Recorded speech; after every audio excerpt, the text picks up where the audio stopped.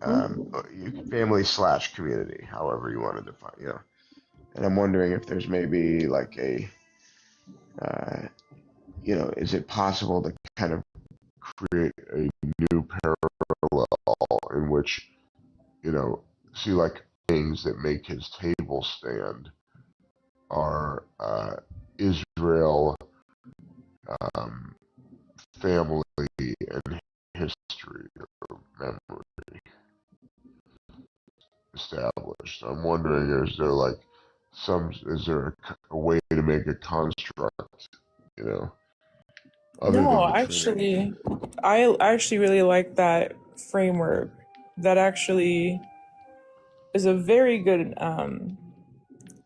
way to think about it. So like family would be one. I would say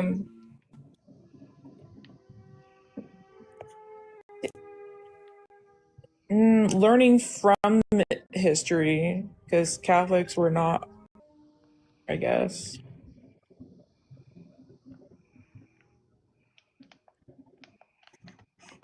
I don't know, not really language, but I mean, like, see, I don't want to say because I know some of the teachings. I don't know all of it, so I'm not going to be quoting any I thought are interesting. Do I practice? No, but it's very good thought provoking. So like getting some thought provoking ideas from I guess from those readings. So maybe education or Education, like, yeah, yeah, yes, education. is that the right? Yeah. Are you aware of the history behind uh, how the Catholic Church has treated Mexican people? We were conquered by the Spaniards, and so the religion was inflicted and forced upon my ancestors. Yeah, the actual historical tradition or Yeah, beliefs. Hmm. yeah. I know that, and which is people know the history of what Spain and the colonization has done is very important. And try to tracing down my lineage just to see what they were, because that's what that's like a side project I have been doing, not to deviate from much, but like going through my family tree to see where they're from. Like I just found out like my grandpa, like in Mexico, I married my great grandma. So I didn't know that. So just tracing historical through there. There's an interesting fact about the Spanish. I'm sorry. Mm. Do you believe that your beliefs in your traditional heritage are equal to or less than your beliefs in Catholicism? Wait, sorry. Can you repeat that? Like when you think of your traditional heritage, um, Oh, okay, those okay. No, now I get it. those are beliefs, and when you think Yeah, of your Catholic beliefs, those are beliefs. But right. which do you think is more important? Do you place them in a particular like order of importance, or do you think all of this is important to consider? Then my religious beliefs and how I place them. Um, I think only because like if I on how much I'm wanting to learn and what I'm doing to learn more. I'm doing a lot more to learn about my my own ancestral, my own that history versus my my religion belief. If you know what I mean. Yeah, I think I understand. But I really liked what Rav how Rav put it, the table. That was a very good thing that I will definitely be taking. It's a good way to think about it.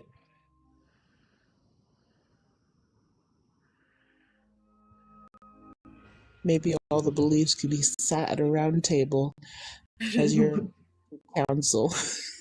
Yeah. How much? I don't know.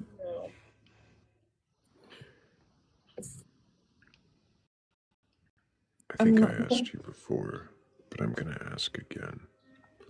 Yes. Does it matter to you if it's true or not? No. And I said because whether it's true or not is depending on each person, because I think my opinion. And so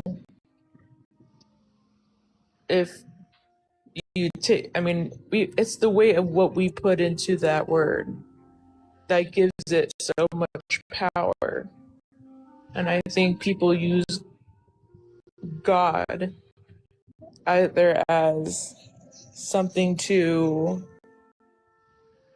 use for fear of what, like, you know, something that is a fear, or to not fear, but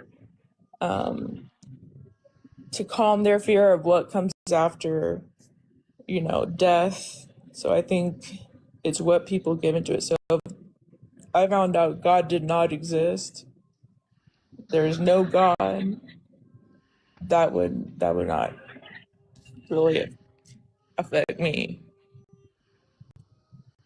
if that makes sense. Go ahead, Bats. Would you care if any other beliefs were true? Or does just the religious one that you don't care is true? I don't think generally people, we all, regardless of religion, we all strive, we all have like needs, wants, fears, and I think we use religion as a way to help us navigate through the unknown. So if one religion turned out to be true and it was not Catholicism, that's fine. If it's not, that's fine.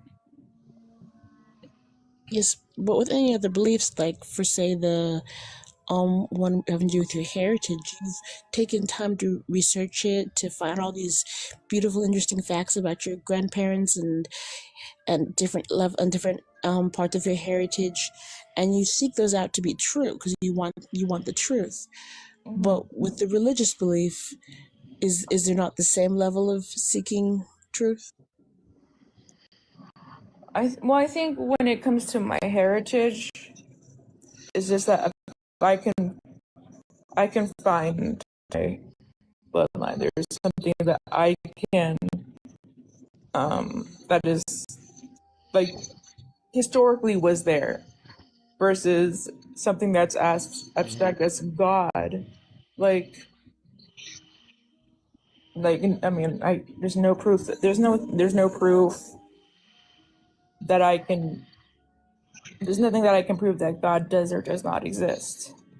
So if this came from my grandparents, these are my great grandparents, these are their parents. So these people did exist. Sort of like leaving an empty chair at the table just in case. Yeah.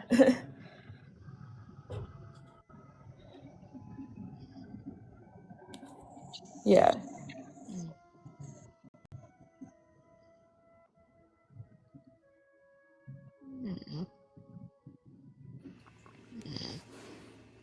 I think we've put Rat to sleep. My bad. That's all right. We'll set him down gently, and if he is awake, he'll pop right back up. I mean, I could, you know, give you a little bit of like, I believe in every single religion. You know, I cherry pick from this religion, but I also like this one here, mermaids. You know, now I'm believing in Mermaids. No. See, it says debating fans or something. And I'd like to get it back off debate entirely. You're right. You're right. But you did great, Beck. I appreciate you answering all the questions that we've given you and doing your best to really think about them. It sounds like your journey is nowhere near done. Yeah. And I hope you keep asking questions. Yeah. Thanks for having me. Take care, Beck. Let's get some W's for Becca in the chat. She was really showing how questioning yourself works. Before we even got a question out, she had many. Debbie, Becca was awesome. Very refreshing to hear someone like them.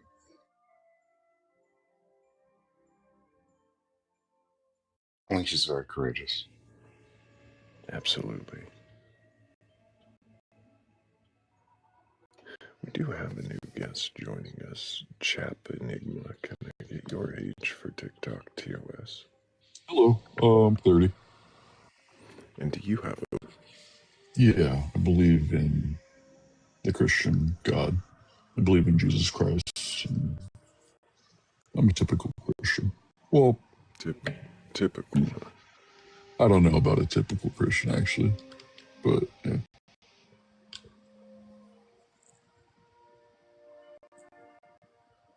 Have you read your Bible from beginning to end? I went through a bit of a no faith phase and recently came back to it. And ever since I've come back,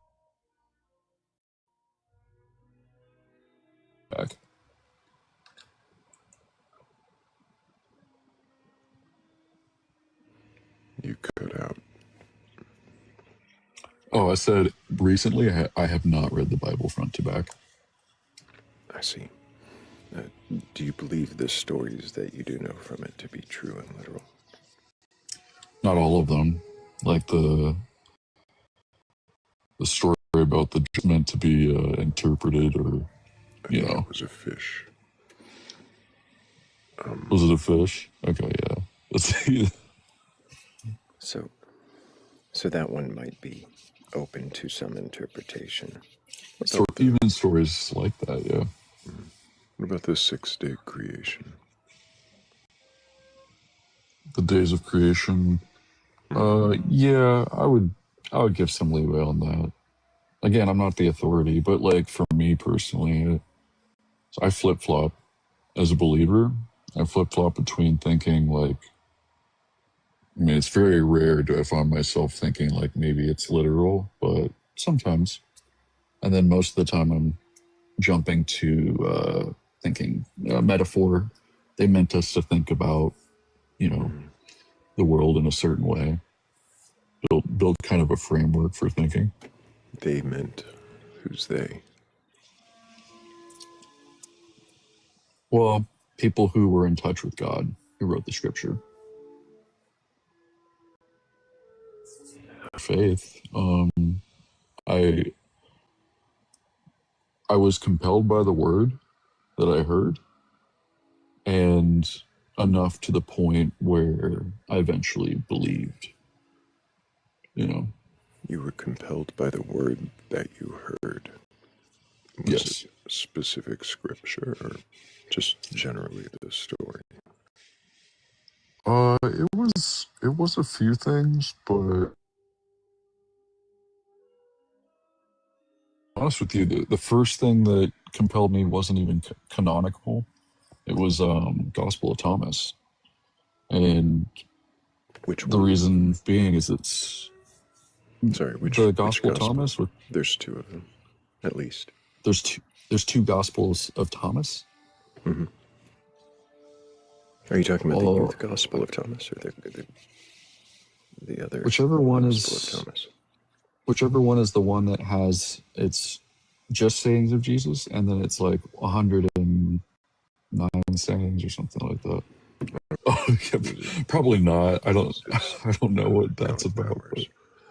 Okay, yeah, no, that wouldn't have compelled me. Sorry. I think he unalives another child in it too. Jesus or Thomas? Jesus. I could be wrong. It's been a long time. It was accessible for someone like me who wasn't that, like, I was already reading things like, I'm listening to Alan Watts, and then I'm also looking at like lectures, so I'm not really looking to like convert.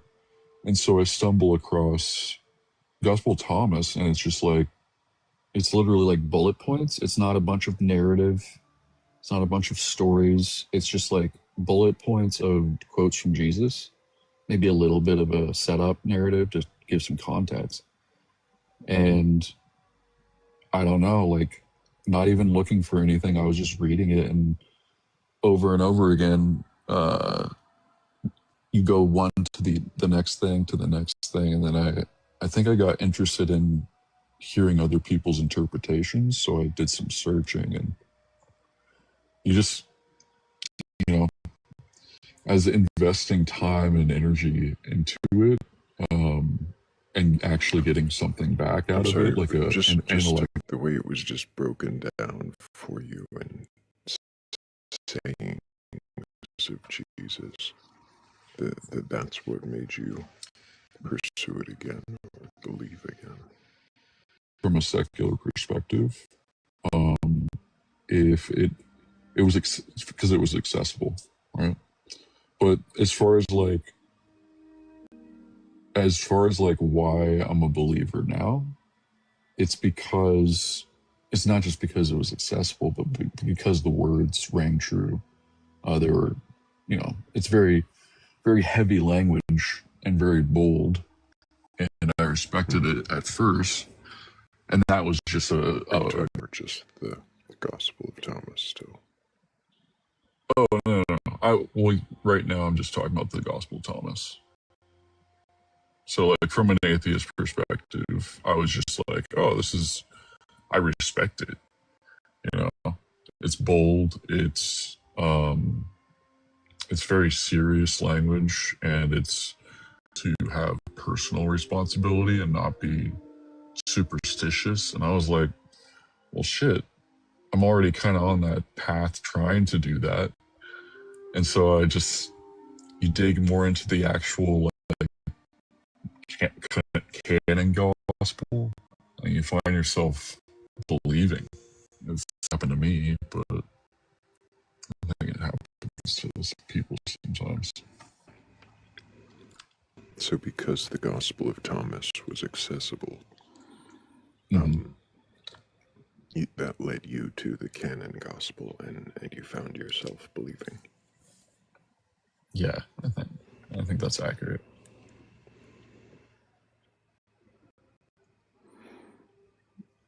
When you read the canon gospel, oh, Not back to front, but since then, I did pick up a Bible, and like I read parts of it. And I've listened to a few like conspiracy theories that are related to theology online, going to a specific, chapter here and there. I'm not that interested in the Old Testament. But yeah, no, not front to back. does it matter to you if it's true or not? The Old Testament. That's the question that if it was true. Does it matter to you if the Old Testament is true or not? Starting there. Oh, okay.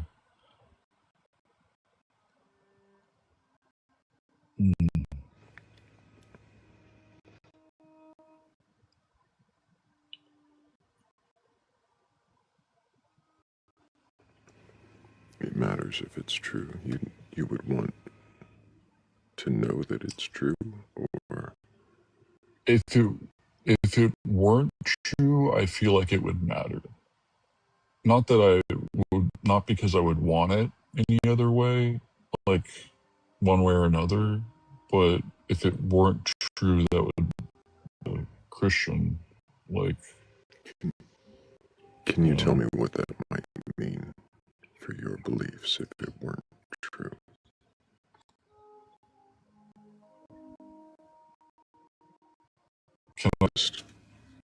Yeah, we're still focused on the Old Testament. If you found out that events from it that are pivotal to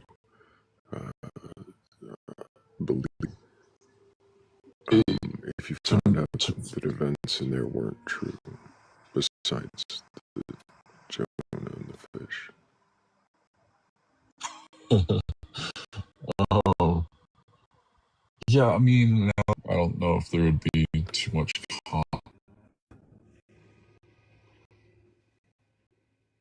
if the Old Testament was not true. So if the earth's in a garden, Moses didn't lead the Jews out of Egypt. If those things didn't happen, it wouldn't make much difference to your Christian faith.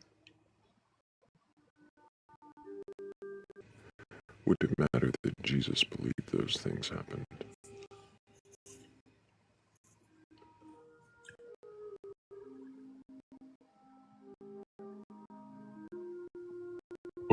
Say again?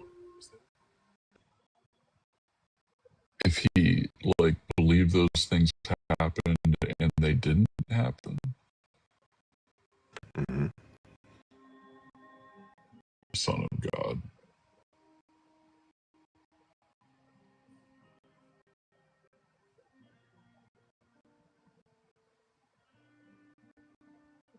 Because then they might matter more than you thought. Things happened, but I don't think I know. So can we backtrack a couple steps? I'm not trying to so about the Old Testament. If I'm picturing it as not being true, if when I think about the Old Testament not being true, does that mean I think that the stories in it, the metaphors, aren't important? No. So if Jesus right, automatically the events, right? The event. Yeah. Well, I mean, this kind of presupposes that because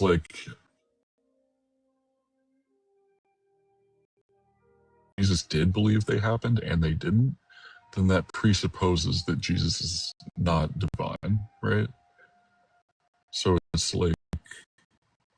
kind of I don't think, of course, it would matter. I understand what you're saying as far as presuppositional thing, but it's think about the question.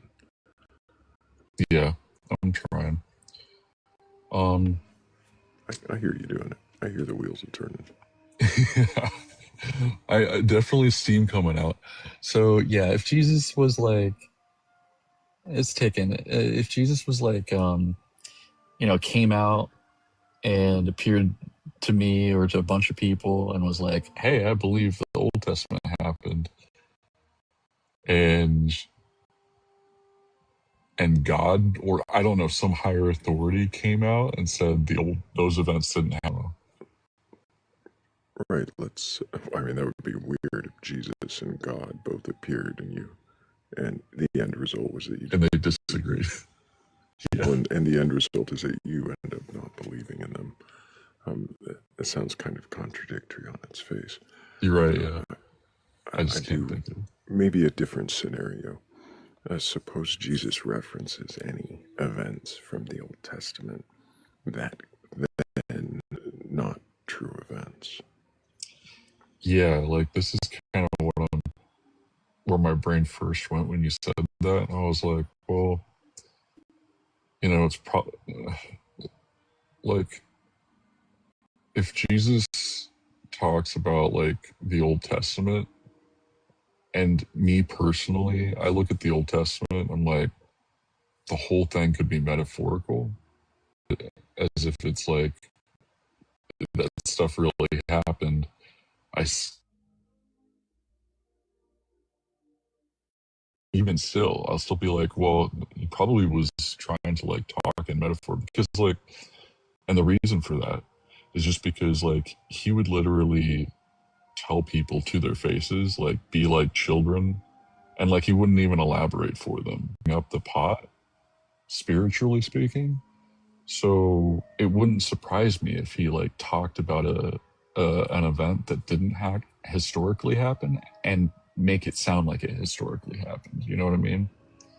Or like talk about What it if like those in events, a metaphorical concept. right? What if those events are in some cases, the same events or peripherally related to the ones that verify or supposedly predict his coming, or in any way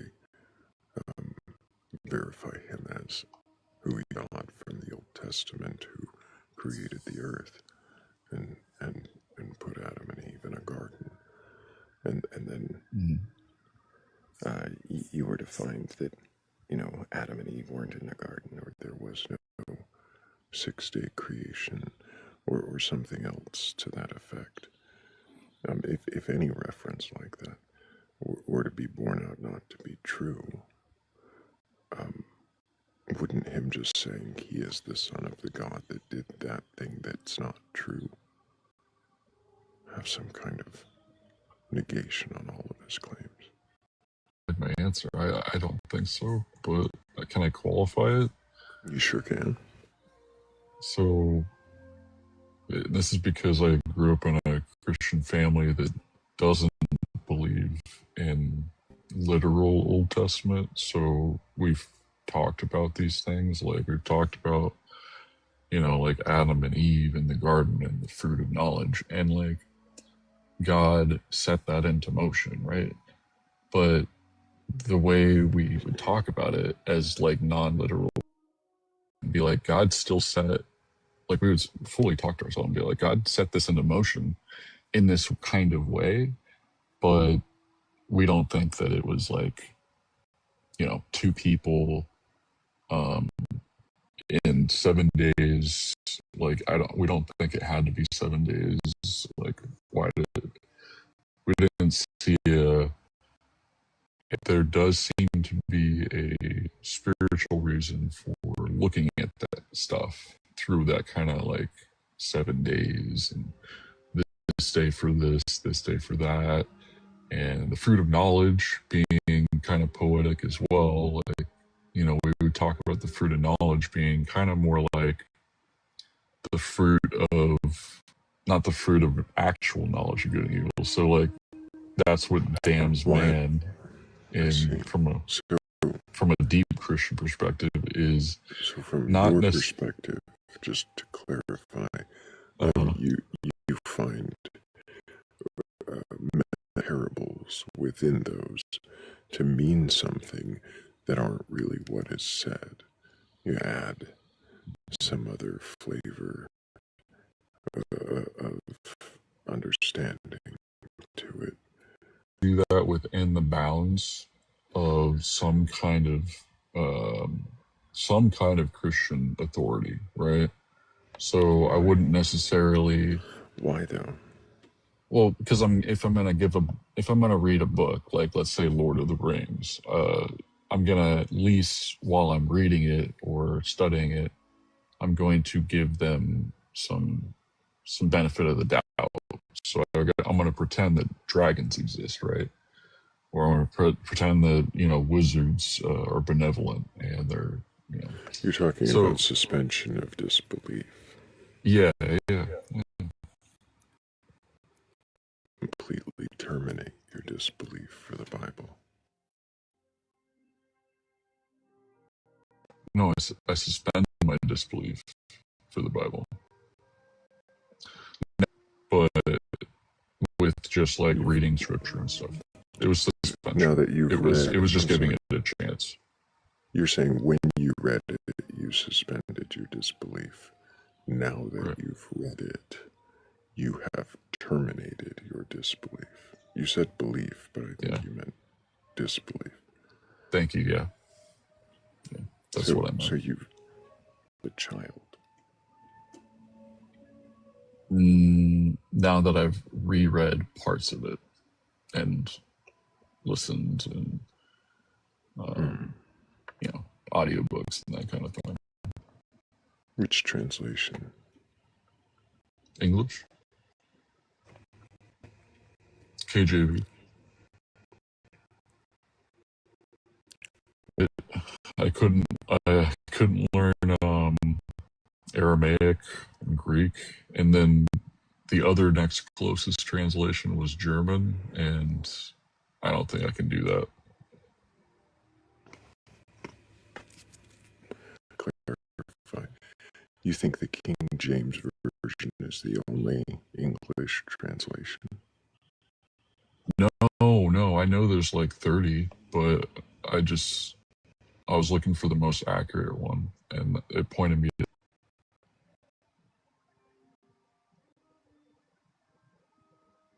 because the translation, basically when I looked at different versions, it was like explaining like the breakdown, like, oh, this is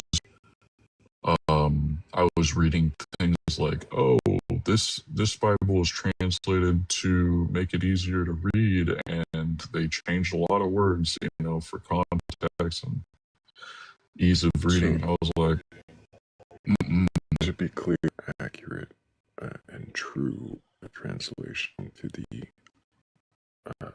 original, or what original texts we have.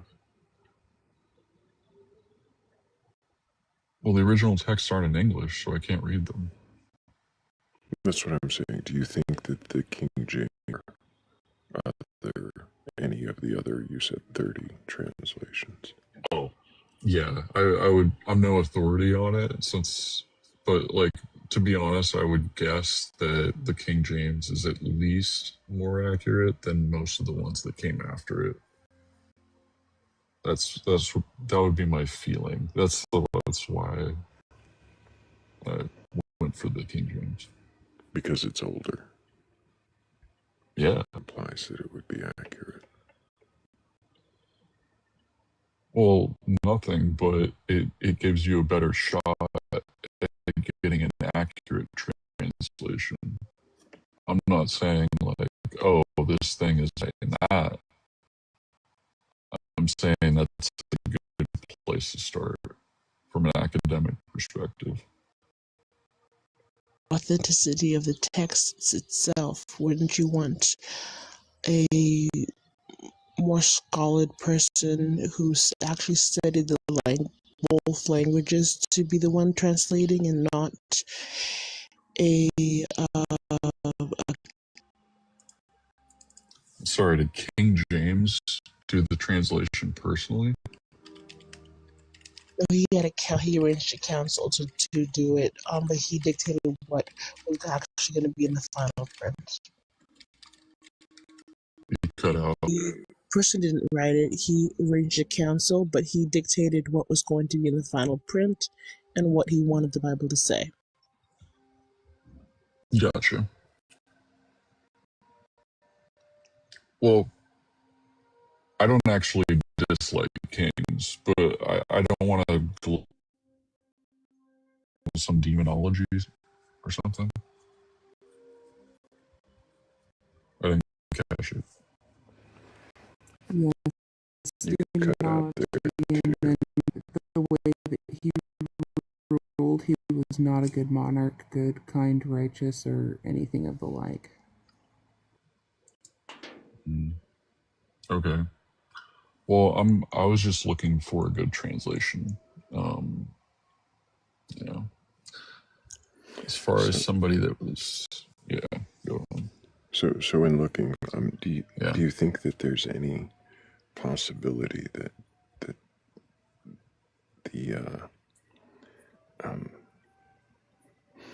the intentions and the goals of the person who commissioned that translation could be included in it? Yeah. Oh yeah. You definitely, just so you guys know, you are talking to somebody that is hoping to find a better Bible, right? But as a Christian, you run into a lot of other Christians that are like, "Oh, this is our Bible's the Bible. Our Bible's the Bible." It's a Right. tough world, you know. Right. There are several scholarly translations out there available. Mm. One I might recommend is the NRSVUE, which, Everlasting Godstopper is also Can you interesting. wait? Can you say that one more?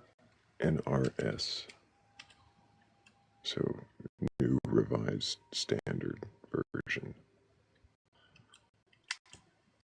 So NRSVUE. 1989. All right. Maybe I'll give it a shot. I'm just glad that you didn't say Schofield. All right. Why is that? Oh, Let's see. Vetted by Protestants, Catholic, Orthodox, Evangelical, Jewish, making it widely. Yeah. So, I wonder if on reading that you might find a different Bible, or if reading even an NIV or any of the other modern versions.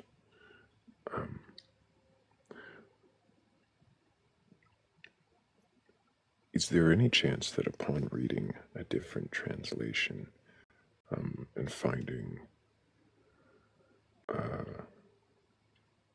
something more accurate to what was originally written through our modern understanding, that your belief might change?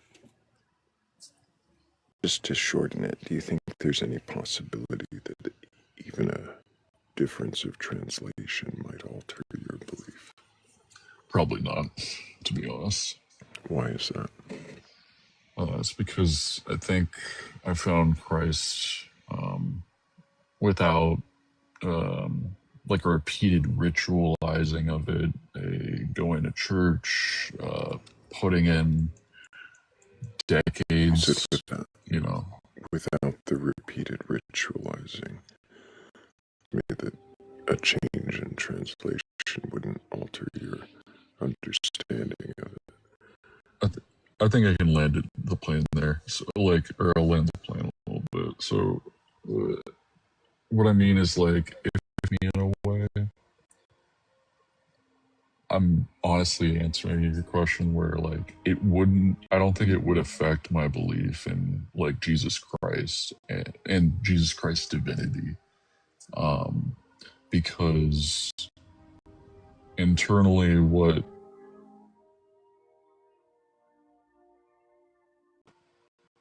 and there's other things that have happened here, right? So, gonna kind of precede any kind of like dogma stuff or word of God, like being written differently by different people. Like, it's just Understanding of what God is. the relationship, God that you maybe. discovered, right? But this was the God you discovered through Gospel of Thomas, right?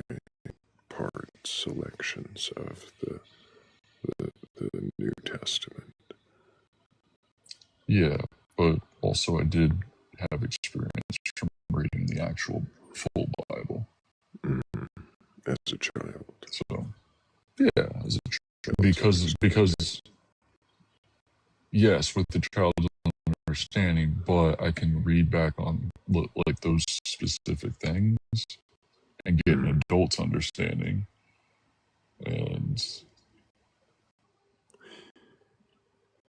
you think now that you have this adult understanding of the KJV and a belief inspired by the Gospel of Thomas, that you have something that can't be altered or changed through updated information or better translations? Probably not. I mean, your characterization of Gospel Thomas, I just felt like Gospel Thomas was I was still an atheist. by the way. That's When what I I decided meant. You to, said, yeah, you said that you were, I don't know, you said atheist. You said that you had a secular viewpoint, and you yeah, were inspired by um, the, the way it was written, the direct nature of it, it drew you in, and back to the canonical scriptures, and then that's where you found your faith. yeah, So somewhere in there. inspired by the Gospel of Thomas. I wasn't trying to diminish that at all. No, I get you. It wasn't the Gospel of Thomas that made me believe. But What anyways, made you it believe doesn't then? matter. It was reading and listening to full parts of it. That's not necessarily what made me believe, but like that's when I started believing again. While you were It's kind of a hard thing to pin down. reading and listening to over and over the parts of the Different canon, gospels. different gospels. Yeah, and yes, the canon. So re-listening to it and rereading it. I assume you mean audiobook. mhm. So Yeah, so re-listening to it and reading it. In the Gospels, did you read them and listen to them a lot? Or was it just like one time through and somewhere in that journey you believed? so like You listen to it like, again and again. Some of the yeah, not like all the way through, and not like the same things, and not like from you know like first chapter to the last, not like that, but like in context, you read like Jesus said I, this in this part, and then Jesus said that in this part, mhm, kind of thing.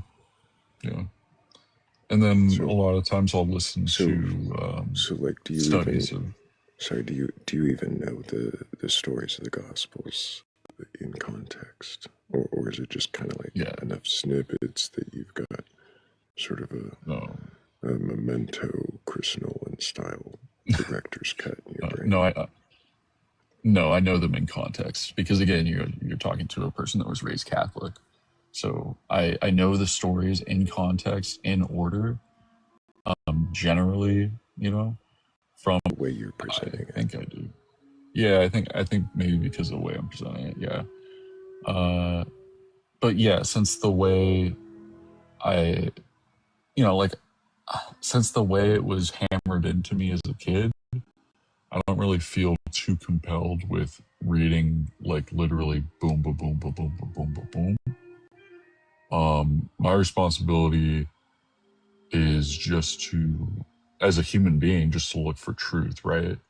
And if I've read, like, this is just for me, like this is an internal thing, so like it's not really, it doesn't do me anything to expose or espouse to you or to anybody, hey, I'm a Christian. I know that a lot of Christians feel that way, but like I'm not trying to like that's not my goal with reading the book. Like, open my gospel, it's like I'm gonna read what I feel like.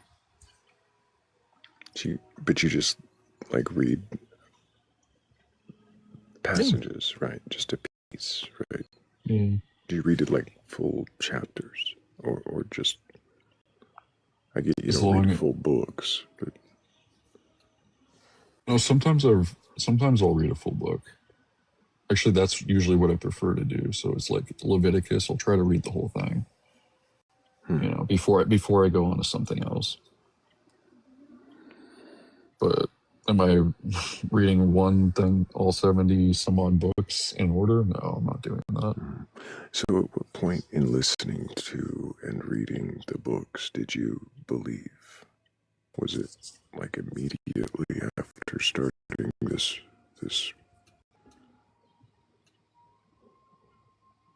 I don't know. A couple years maybe. So a couple of years after the youth gospel, or I'm sorry, not youth gospel, is the other one, the Gospel of Thomas. Yeah, the Thomas. Yeah, because I was working at a gas station at the time, and so you get a lot of free time to yourself. I was working graveyard as well. Sure. So between that point and when you decided that you believed, you had started a practice of reading and listening, and you were doing. I would go through. It's like in the middle. It's like you like a binge. I'd go through a binge for a few weeks, and then like a couple weeks would go by, and then go through another binge. And when you were going through the binges and listening, right? Or listening, yeah. So when you were going through those binges of reading and listening for the 2-year period, did you like? Were you reading it to disprove it? Were you reading it to understand it? Were you reading it to just immerse yourself in a story? I was bored. I was extremely bored, and maybe the like, YouTube's algorithm, because I was listening to a lot of video essays about like pagan stuff, Jewish history, Islamic history, esoteric shit. You said earlier there was just kind of the way you framed that. There was a conspiracy rabbit hole or something like that you used the Bible to reference. You said something about that. Was that during the same time? A rabbit hole? You referenced, used the Bible as a reference for. Was that kind of part of that same time? It was a part of that same time. Yes. Yeah, you just reminded me.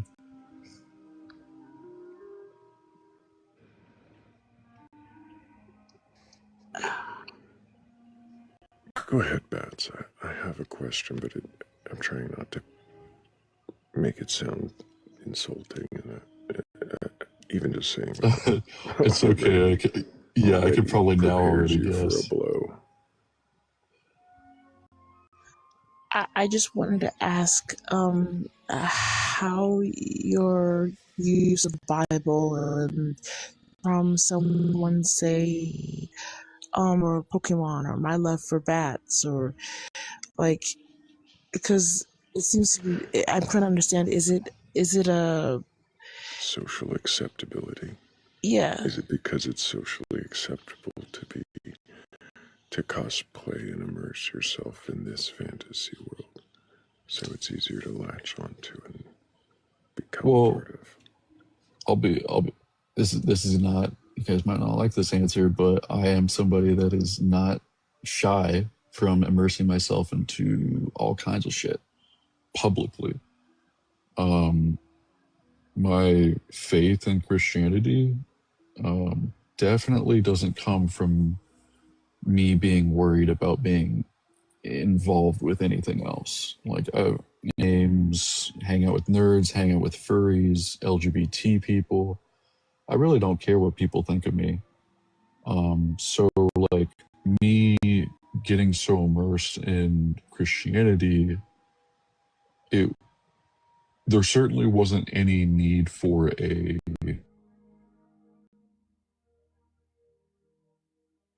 me. Like I didn't need that. I already have it. Like I already have all that kind of stuff, access to it at the very least. Is it different than say your love for Magic the Gathering? Yes. In what way? I take it seriously. Like if So you'd want like for truth and facts. You want it to be true. You don't want it to be just something fun. You want it to be. wanted it to be anything where I had any want about it. There wasn't at any point where I wanted Christianity to be true. Right? So it doesn't come from a want. So it's not presupposed that I wanted anything.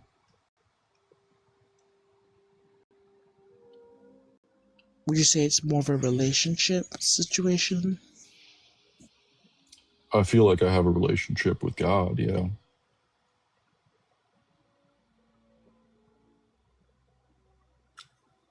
Would you want that relationship to be true? Like, you want to be verifiable?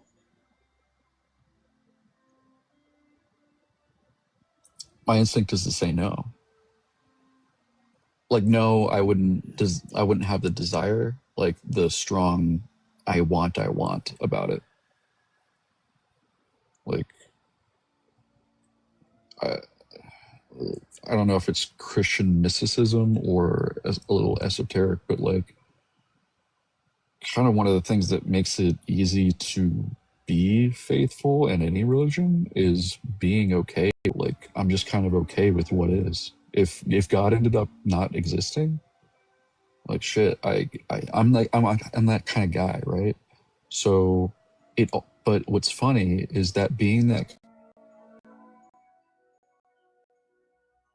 you into being like more faithful. There are a lot of people out there, I get it, that are like they want, and they can't just like sit in the grass and just be with what's around them. And they're like super Christian and they really want. I get that, but that's not all Christians. No. It naturally draws in people that are kind of okay with whatever happens. No, I think I understand that. I was a Christian for over 20 years and I've studied the Bible and I developed what I believed was a relationship, and there are moments where you just want to sit in the grass and dwell on psalms or something and just praise God for more blessings flow. But would eventually I wanted to know for sure. I wanted to know that it was not my, it wasn't a delusion. It wasn't a cultural high that I developed. I wanted to know that this was fact. So I started to study facts. Have you, um,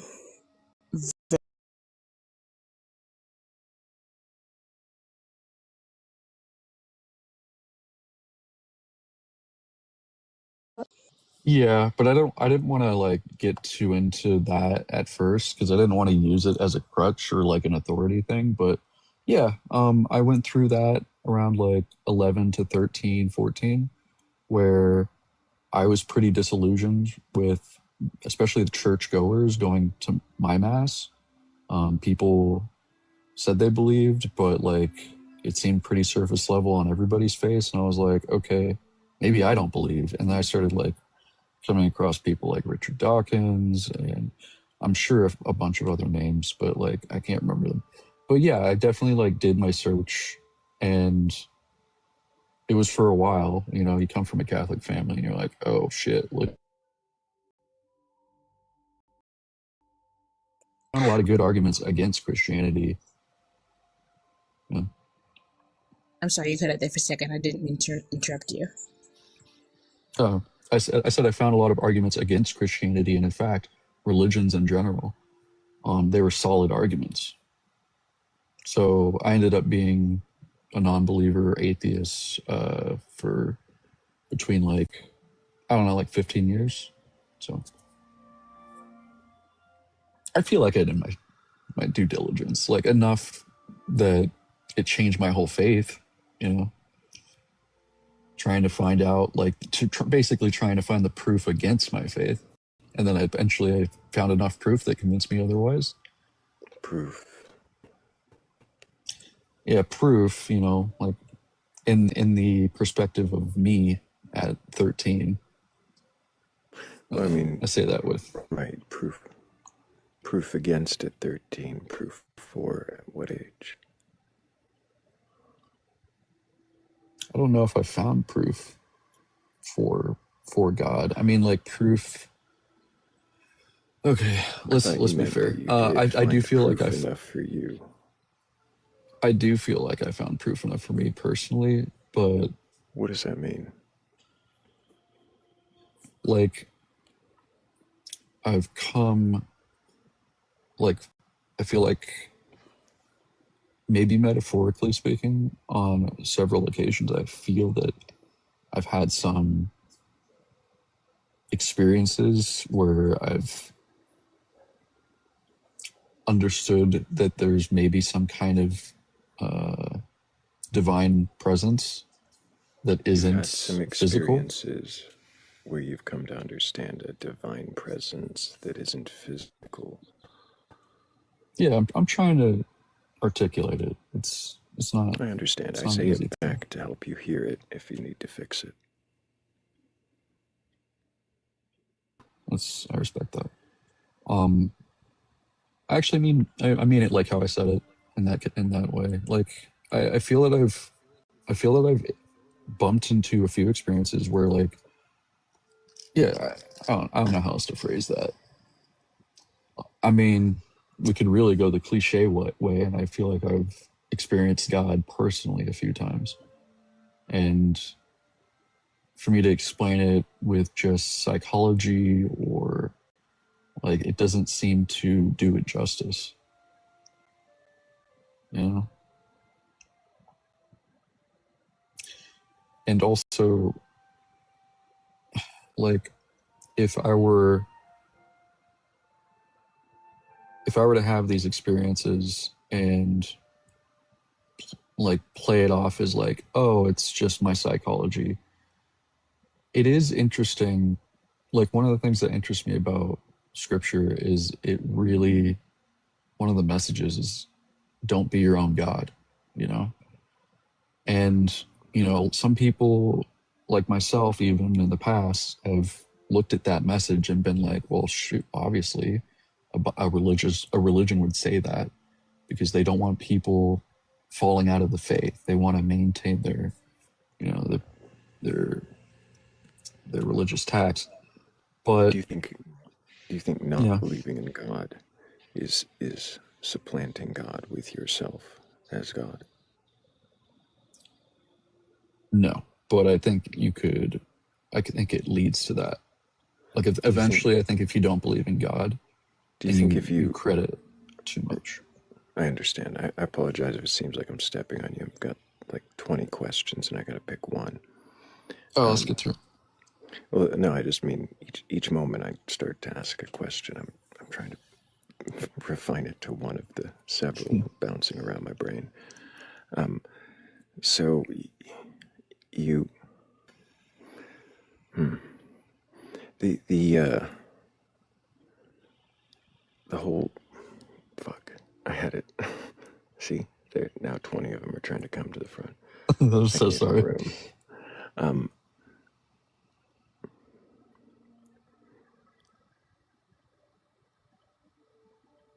oh fuck! I lost my train of thought entirely. Derailed. Um, Dethrailed. The Can I mention something?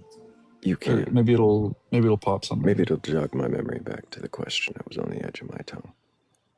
Yeah, and you just bought in as soon as you get it. I was kind of thinking about how the Bible has this message, right, about, you know don't be your own God. There, And there it was. yeah, okay. Yeah, because you were talking about not being your own God. Um, do you do you feel that's what you were doing during that time period when you weren't believing, when you call yourself an atheist? In some ways, yeah, it feels like, 'cause it's not like I was worshiping myself, but, like, one of the things that I believe humans aren't supposed to do is decide every little issue and say that it's right or wrong, right? I think that maybe worked. This is gonna suck for you guys to hear, because if you're not religious or you're not Christian, but what I think happened was Jesus Christ came, and before he came, yeah, we kind of had to just figure out what was right and wrong. But after he came, he wrote the book in our hearts, right? So I think that's maybe metaphor for having, like, maybe giving us an actual conscience.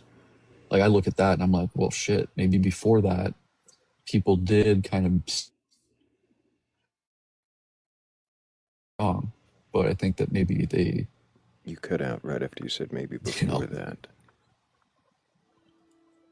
I was thinking maybe before that they were like literally like what they decided was right and wrong was simply what's your personal preference? What do you feel like doing today? I see. Type of thing. I see. Whereas So like you think that Jesus wrote morality, what we feel is right and wrong, on our hearts today, so that even if we don't believe in it, the things that we determine are right and wrong are from Jesus. or something. Yeah. That sounds well. I mean, somebody was a little taken aback by something they thought was presuppositional earlier. This is sounding extremely Yeah. presuppositional. It is, and it's like that's why I'm like I don't even know if I want to say that, but it's just that's just a belief, right? That's just me. I'm Are not you, saying like anybody should adopt that. are you aware that that might develop into something ableist, like due to people with ASPD or different mental disorders who can't determine, Ableist? or like first for people who can't know what is right or wrong for whatever mental disorders, or maybe their brain is undeveloped, maybe they have ASPD, people who don't have a sense of morality that we might have. Okay, what's ASPD stand for? Antisocial personality disorder, also sociopath. Oh, The ASPD is the technical term for it. so am I worried that that belief will make me what be judgmental of people with that disability? Yeah, or that maybe not consider people who might not be able to have the same level of morality. Maybe they're on a different spectrum of morality. They can't. Are they? Well, Well, did Are there? Jesus just not? Did Jesus just not write into their hearts? well, I do think that okay, there's a lot of people around this world that I've run into that if you know, I don't know, like if I were to, I don't even know, like if I were to like walk my kid out into the middle of the street and not look, and the kid doesn't look, and the person almost hits me, there are people in this world, even without those disabilities, that would see me do that and they would be mad, but they wouldn't necessarily be like mad that I endangered the kid. They would simply just be mad that I inconvenienced them on their drive home, right? Those people, like I'm not worried about how I would feel about that person, you know? Like I believe that there are people other outside of the scope of psychological diseases that also don't have like a conscience, or maybe they're just like not undiagnosed, I don't know. But like I know the term ableism, and it's like, well, am I supposed to, like nobody's like running after these people. I'm not like nobody's hunting down people with these disabilities, so I don't know what I'm supposed to do for them. That wasn't their question. That wasn't No, I wasn't anything accusing you related of to their being question. ableist. No, Right. I wasn't accusing you of being ableist. To be clear, I was just worrying about maybe a potential developing into something that might be considered ableist. It's not you. You didn't do anything wrong or anything. I'm just trying to understand if these people who don't have these sense of morality, does God not give them his gospel on their hearts too? I suppose not. I don't know. But like Were they not it's elected? not really for me to decide. Sorry? Were they not elected by God to receive his knowledge? That's literally like something, like that is something like the Pope, and by the way, I disagree with the Pope, but like that's something that like somebody wearing robes would want to answer. as a Christian, I don't actually want to call it one way or another.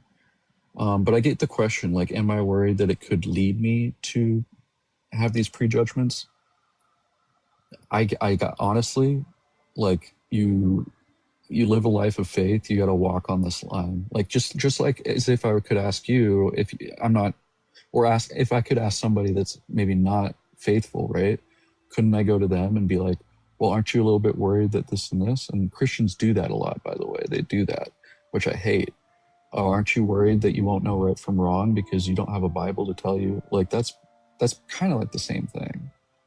And it's like, no, I can figure it out as much as I can, and I'll get through life and do my What was best. Bat's question that only the Pope could answer? Well, technically the question was, no, literally the question was, am I worried that I could be led that way, right? Or was there a follow-up question? Only the Pope can answer that. When I said the Pope, so if you are worried, if you could be led astray, only the Pope could answer that.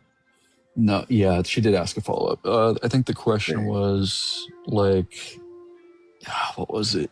It was, do I feel like they are called upon? Like, these people are they included in God's covenant and all that? And that's like one of those things, yeah. Like, honestly, the Pope should not be answering that kind of question, but that's the kind of question he would want to answer. You know what I mean? That's an authority type question. That's like literally a human being can't know that. No, but the Bible does say if anyone. You cut out. So the Bible does talk about if anyone were to believe that he would accept them. But a lot of people seem to not be able to believe or can't believe, or do you believe that they won't believe? Wait, what? Do you believe that these people are refuse to believe or that they can't believe? The ones with that disorder that you mentioned?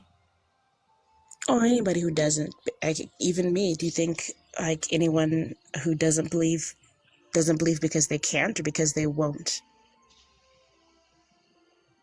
I haven't given it much thought, but as a previous non-believer, I think it's different for different people. I think it's a deep psychological question. Like, won't or can't. I think it's a good question to spend more than a few seconds thinking about. Okay. But I'll give you just a few seconds to think about it.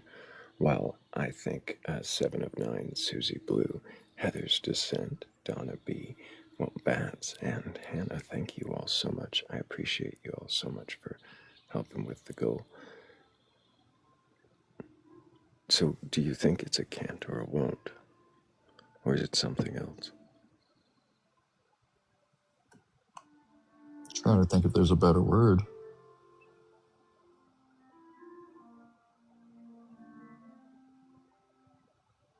I don't think it's can't. Won't. It's weird. Won't is a weird one for that. You believe because you were reading the scriptures over and over through I'm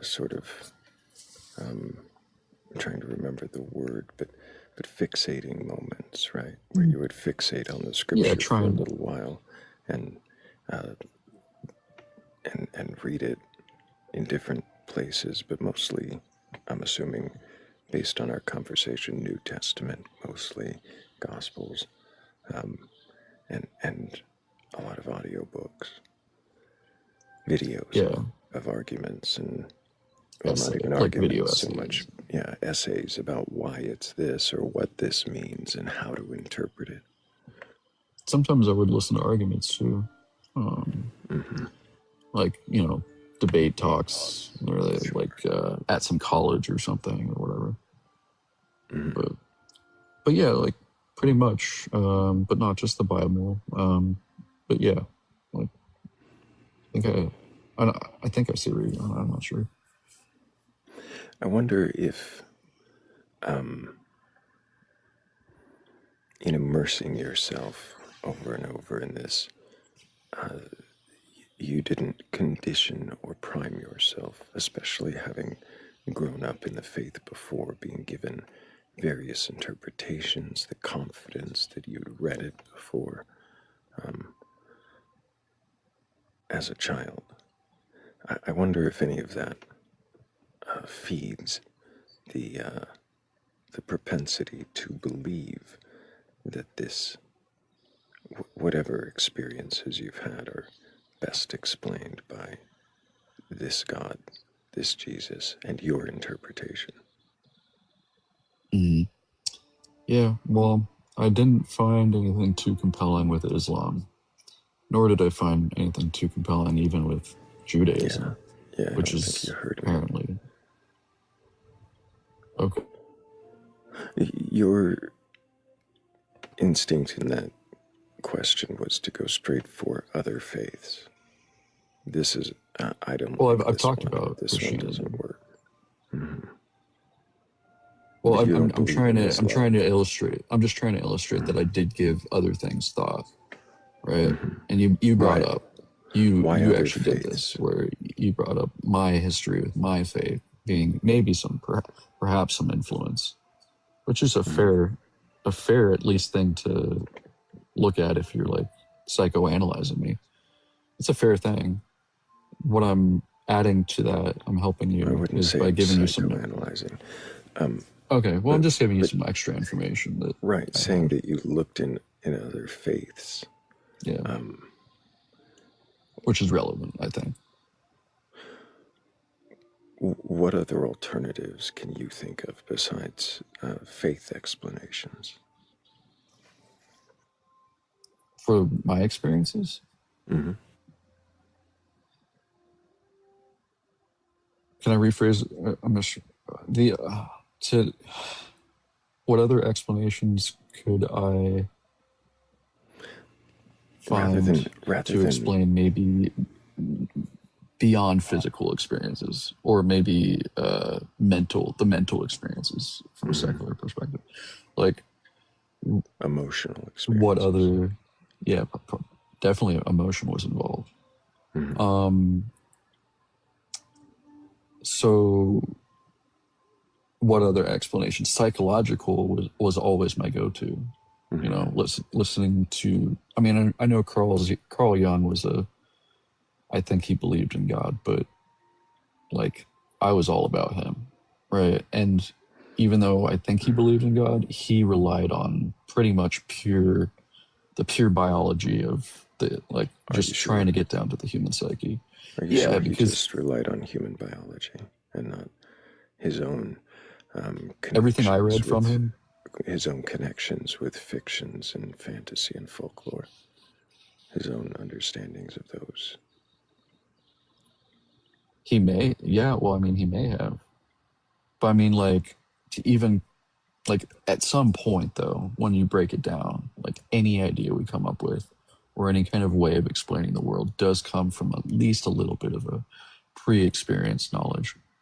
Like, even scientists that are telling you that, you know, such and such star is, you know, made up of this. It's like, well, they did that because they were studying the way the light reflects off of, you know, objects that go in front of it. So, like, there's always a little bit of human You referenced touch Carl to it. Jung, and you've kind of meandered off of the point. You said you considered your go-to was psychological explanations, that the emotional Yeah, experiences of what you attribute to God, or the feelings that you accredit Jesus, that those somehow, the psychological is explained away because Carl Jung might have had some religion, maybe.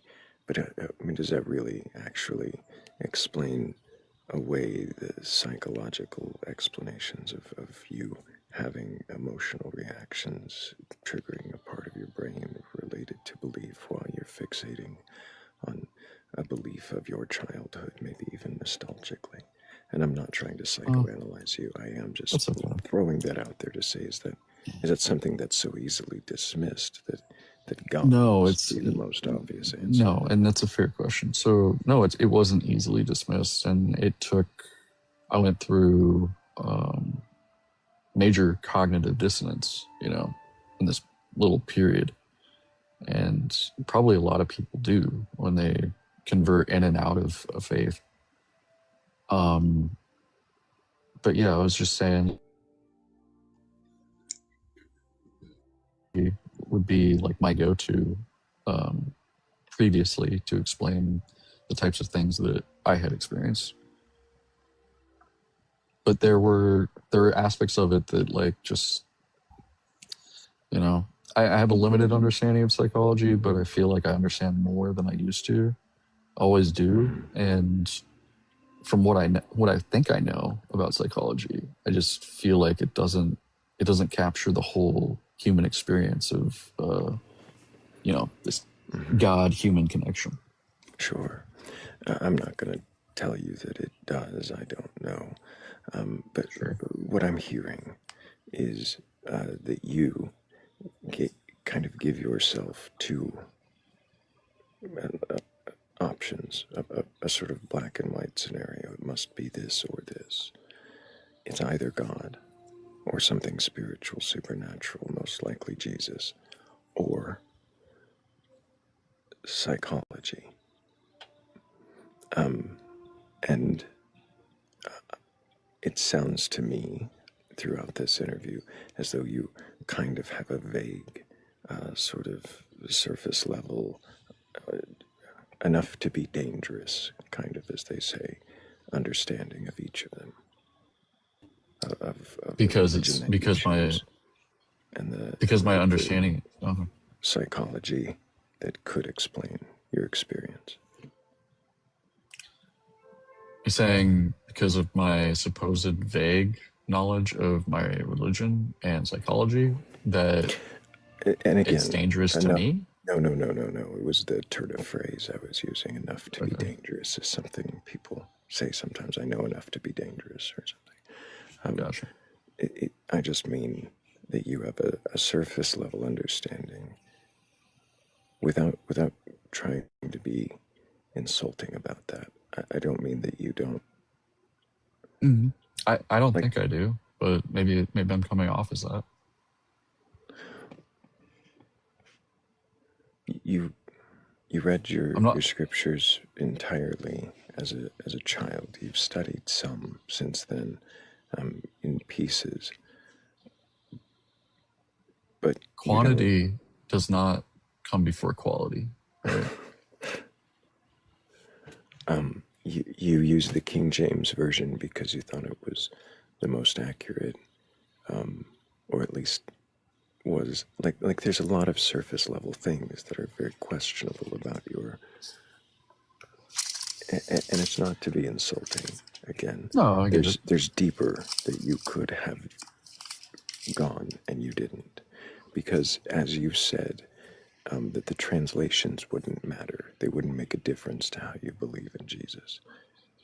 But if you studied the different translations, you might see differences that could present some glaring,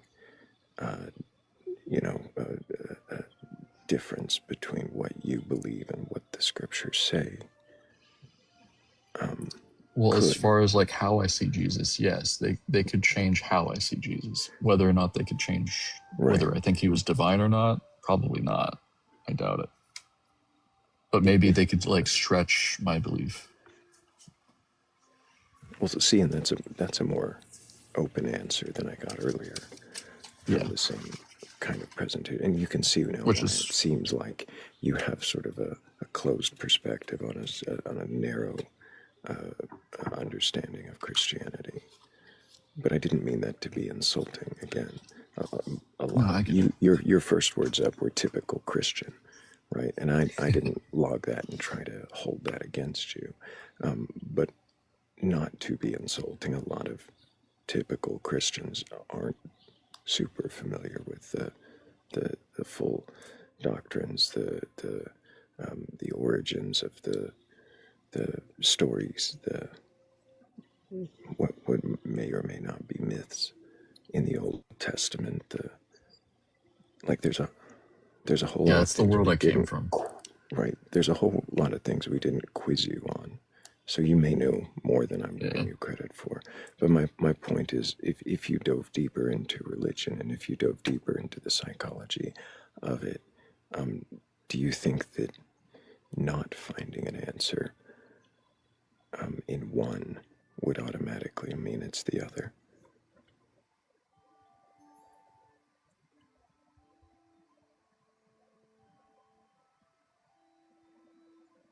No. Well, okay. Depends on what the question is. Like, does God exist? I think there's Right. only one or the other. The There's only one or the explanation, other on that. right? The explanations for your experience, at least the ones you attribute to Yeah. God. You would say Like, it's either God and Jesus or it's your own psychology. right. I would be open to. I mean, I'm trying to be open to everything, but like, if I were to study the Bible again, let's say in a hypothetical, let's go crazy, and I learned Aramaic, and I get access to a really good Aramaic Bible, I would feel very convinced that I have something in my hands that's worth reading, so I would read it. And let's say, you know, it led me to come face to face with some idea that, the Christian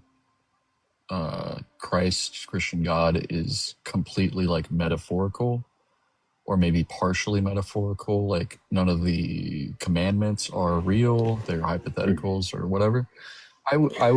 I could maybe bounce a little bit on that. Like, Do you see how probably. even just in saying the Aramaic Bible tells me exactly what I meant earlier? Like, there's which Bible is I get you. Aramaic? I don't know.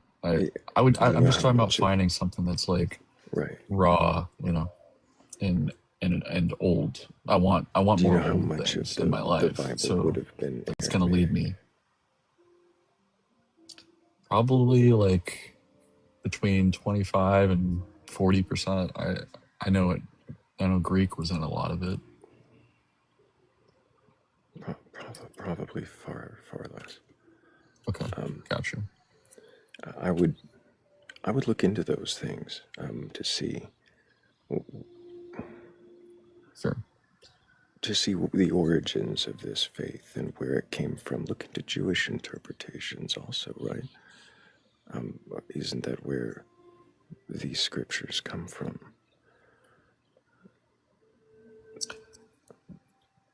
Well, I don't necessarily even agree too much with the Catholic interpretations of the scriptures. So I don't think I would be even. Can I tell you why? Like the Jewish interpretations, I think it'd I'm probably sure be there's a lot of best for educated. yourself. Like it'd probably be best from the level of study I've heard so far from you that you probably Mhm. not express an opinion on something you're not studied in.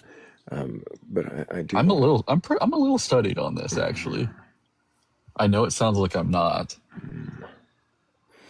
By the way, opening a book repeatedly over and over is not get you as far as somebody that's looking at one piece of scripture and really digging into it. Well, You can open 100 pieces of scripture and be less involved. Okay. So this quantity over quality thing is just, I have oh to disagree goodness. with that. Oh my goodness. It's Nobody's appealing saying with, quantity. if someone Hang had on, stop, both, stop. Nobody's saying could be, quantity over quality, exactly as Bats is saying. that's what it What feels about like. both? Do you think that because somebody's read it more recently all the way through, or more times all the way through, that they're trying to hold it over your head? I Do you think certainly that's what's don't think happening that they here? are, I don't know when you've read it. I just think that I think that you're pointing out the qualifier for me. Maybe I shouldn't espouse an opinion on it, is because I haven't read it all the way through recently. In an That doesn't. interpretation If of a you could, belief system you don't hold. you could Yeah, find. an I'm just saying you can find interpretation, many your people. opinion. Okay, we're Go done. ahead. The poll's already spoken a while ago, and I've tried really hard to be as respectful as possible. I think you were. As much room as possible to actually show that you can critically think, and you almost got there, but then you decided to get defensive when I told pointed out you, something you see, did, now you're talking which over me, which is telling me that you're feeling defensive, so I'm going to mute you because you can't control yourself.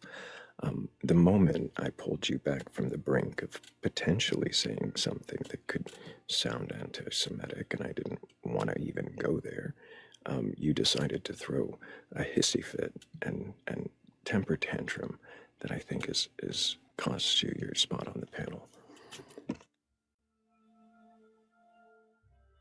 Yeah, I saw that unmute right before I dropped you because you were going to interrupt me again.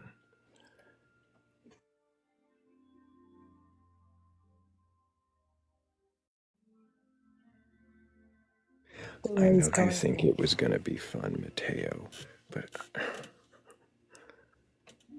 I prefer not to even let them go there. I don't want it.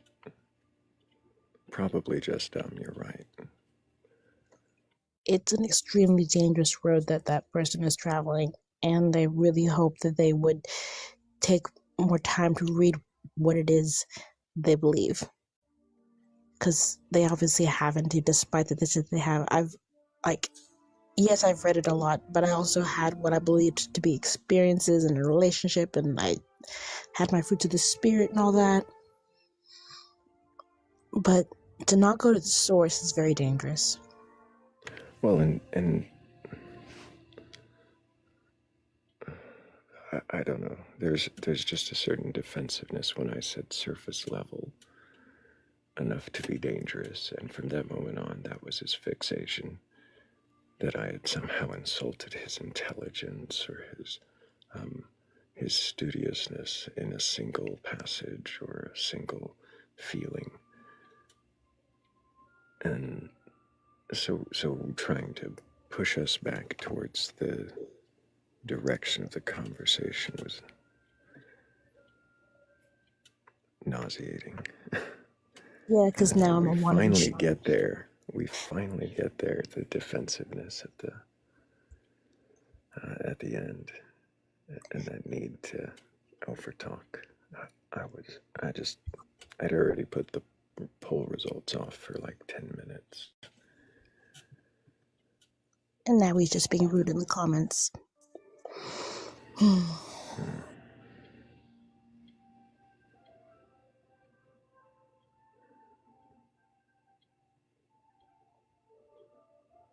That's all right.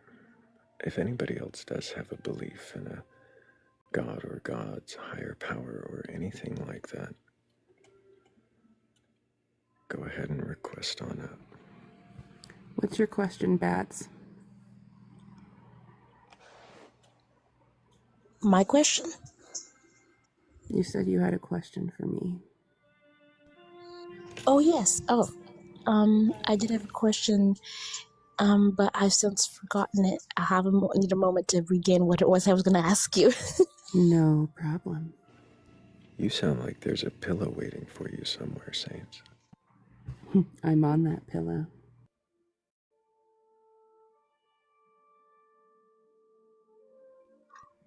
I think it has a silk pillowcase.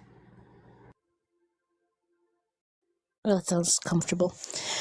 I think my question was, why is it that you are continually asking questions and things? If you do you intend to like change your beliefs, or are you just trying to refine your beliefs? I'm taking deconstruction at a slower pace because the pace I took it at before nearly took me. So I'm coming at it at a different angle and pace. Right now, I'd say it's refining and stirring the pot from within the LDS Church. Okay, I was just wondering if there was any reason why you took it so seriously, because I do hear seriousness in your voice when you ask these questions. Like you were asking a lot of questions to help other people understand, but you're also asking questions for you to understand, and I do respect that. I was wondering Is there an end result you're hoping for?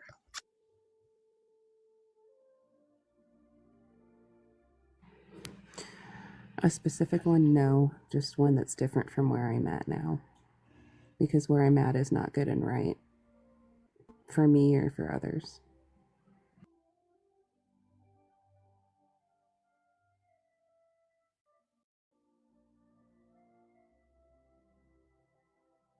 It takes a lot to recognize something like that and to challenge your beliefs, and I definitely respect that for you. So.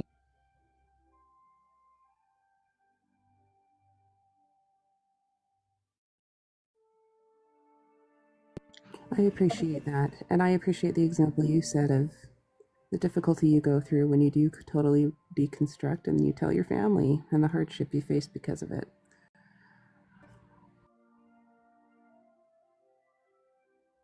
Yeah, challenging beliefs is definitely hard. It's a lot similar to grief. But it's definitely worth it in the end. I'll get there. This place helps a lot. I'm glad we could help you on your journey.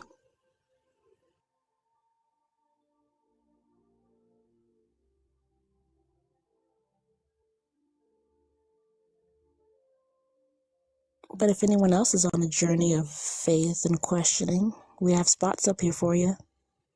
Now's a good time to request up.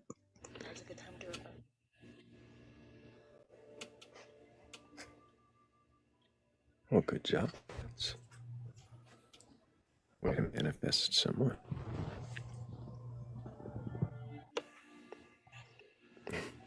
Hey, other Jakey, can I get your age for TikTok POS? 29. Do you have a belief in a god or gods, higher power, or anything like that? I am actually LDS myself, and I am fully into it and fully a believer of following Christ. I'm really eager to have a conversation with you, but the way you answered that gives me a little trepidation. Can you question your beliefs? Absolutely. What does that mean to you, to question your beliefs? To genuinely want to know more about whether or not I should follow who the eternal God is, and if we are truly his children.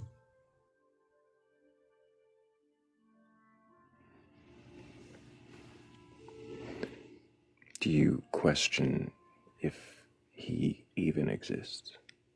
I did, yes. You say did, past tense. Correct. Through my experience and through my conversion, I came to understand and know that his presence is real, his voice is real, and his power is real, and that he truly loves each and every one of us.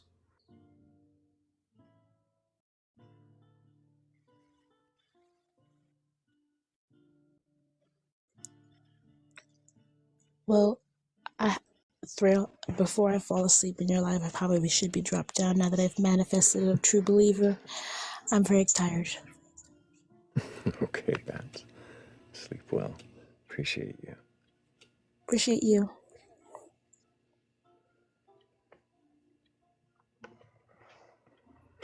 So you have found some way of proving God to yourself so that you don't need to question whether he's there or not at all anymore.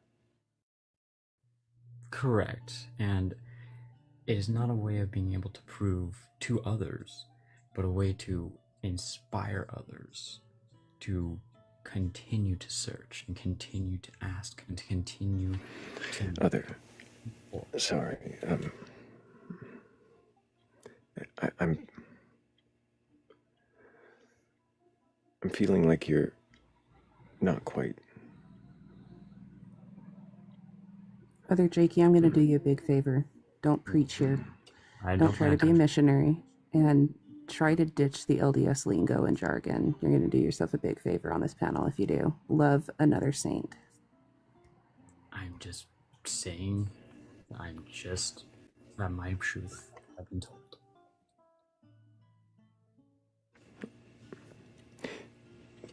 What is it that proves to you that a God exists beyond question? Hearing him and understanding and discerning.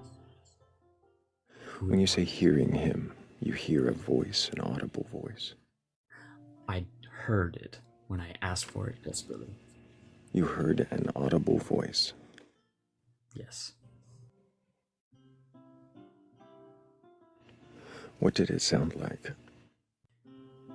Soothing, kind, loving, but defined and direct. Male or female? Male. You heard a soothing male voice that was defined and audible out loud beyond your mind. Correct. It was beyond my mind and upon my spirit. You say, I'm sorry, upon your spirit. What does that mean? Meaning that my spirit was able to confirm that this is something you need to listen to. What is a spirit? It is the...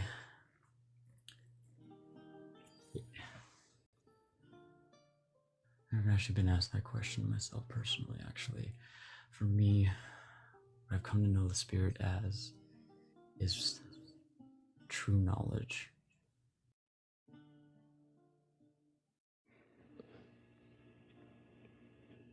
You come to know the spirit as true knowledge. So it's written on your true knowledge that he audibly spoke to you. Correct. Not as a prophet. Was anybody else around to hear it?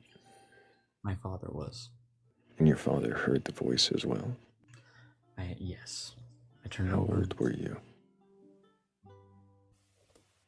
Sorry. How old was I? I was 24. You were 24. You were with your father. And you heard an audible voice of God. Say what? You must return to what you know to be true.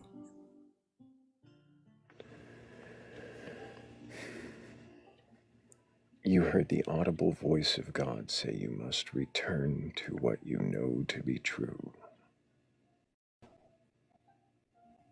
Yes.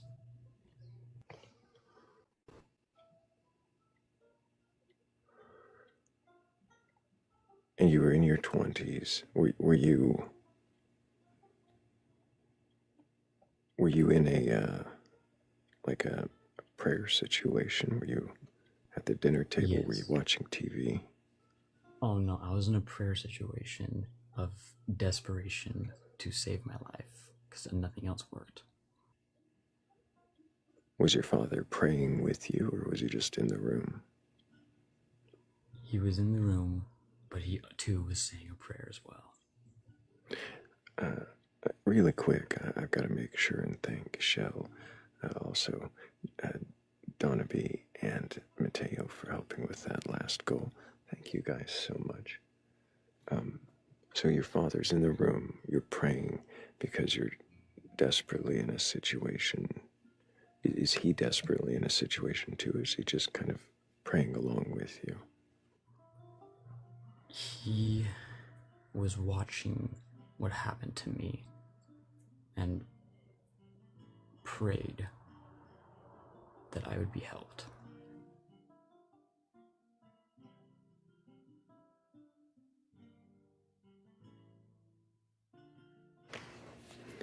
He was watching what happened to you and prayed that you would be helped. And so you're both alone in the room, just the two of you. Yes, but it was not his voice that I heard. And you both heard it the same way, heard it say the same thing. Yes. And how do you know that it was not his voice, that he did not in some way try to console you? My father's voice, admittedly, is very raspy, and he's actually on the verge of losing it. This voice was very, very strong. And you see no other explanation for the sound of this voice or the experience that you claim to have had than that it was the voice of God. Correct. I cannot. And specifically the Mormon God, Heavenly Father. It's specifically this God. Jesus Christ. Oh, it was Jesus Christ. Yes. How do you know that it was the voice of Jesus Christ? Because then I immediately asked both my Father and the Spirit in my heart and in my mind, was that Christ I just heard? And I felt both confirm, yes, now listen to him. I'm sorry, who said the yes, now listen to him? The Spirit did, and my Father said, Wait. Back up. I'm just trying to make sure I follow. So you and your father are in the room. Is it a closed room? yes. Okay, a closed room. And is there's no electronics or anything in the room, right? Correct. And so, yeah, of course. So you guys are in this room, closed off with no electronics, and you hear the voice of what is only has to be Jesus. Say that you must return to the path, or something about being on the path. Return to what I know to be true. Return to what you know to be true. That's what it was. To what you know to be true. So you hear the voice, and then after that, you said, who was that, or how is it the Spirit gets involved? Because I prayed after to know, because you... Wait, how long after? Directly. So as soon as you and your dad are in there praying, and then you hear the voice, and then you go right back to praying, or did you talk to your dad first and be like, did you hear that? I first began to pray because I needed to know. Sorry, I didn't mean to cut you off. No, you're completely fine. Yes, I needed to know because it was at a moment that I would have died one way or another. You would have died one day. I'm sorry, what? This totally just took a different turn. I thought you were sitting there praying. You heard the voice, and then I was trying to find what happened next. Did you talk to your dad, or did you go right back to praying? Or what? I went back to praying, and then turned to my father and said, "Did you hear that?" When did the Spirit say the voice of Jesus? Where was the Spirit? After I said amen. After what? After I said amen. The first time, or did you say for amen the first time? First time I said amen, I heard the voice. Second time I said amen, I heard the Spirit. First time you said amen, you heard the voice. Second time you prayed again, you said amen, and then you heard a Spirit. The Spirit told me, yes, that's him. Did your father hear the Spirit too? Yes. So your father heard. Okay, and then when did you turn to your father and say, did you hear that? Directly after I heard the Spirit, and felt I see. it. Yes. And you felt the spirit. We had to add that too. What did it feel like? The most calming and sobering and just peaceful feeling I've ever felt in my entire life. So an emotional feeling, calming, peaceful, and sobering. Every kind of feeling. What is calming, peaceful, and sobering? Sobering sounds jarring. I thought sobering was like something surprisingly shocking, devastating. Calming and devastating. Yes, I felt completely lost. Completely. Everything was twisted for me.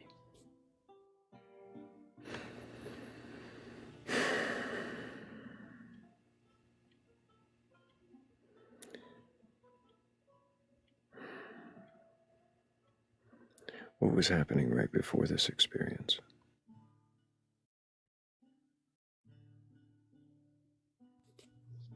I felt as if someone was after me.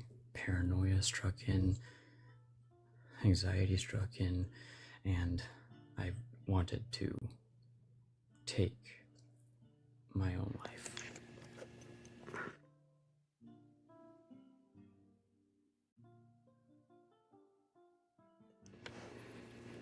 So you were feeling paranoid, and you and your father prayed together. And when you prayed together, you heard the words, you must return to what you know is true. And then you prayed again, and then you heard an angel say, yes, that was him, it was Jesus. Or did it say Jesus, or did you ask? I asked, was that the Son? And it said, yes, that is the Son. I thought it said, yes, that is him. Or it was... Yes, meaning Christ, the one who came, yes. I see. So you don't remember verbatim, like what the spirit said. Did you see the spirit? No, I could not see the spirit. Because the spirit can only be made manifest if allowed.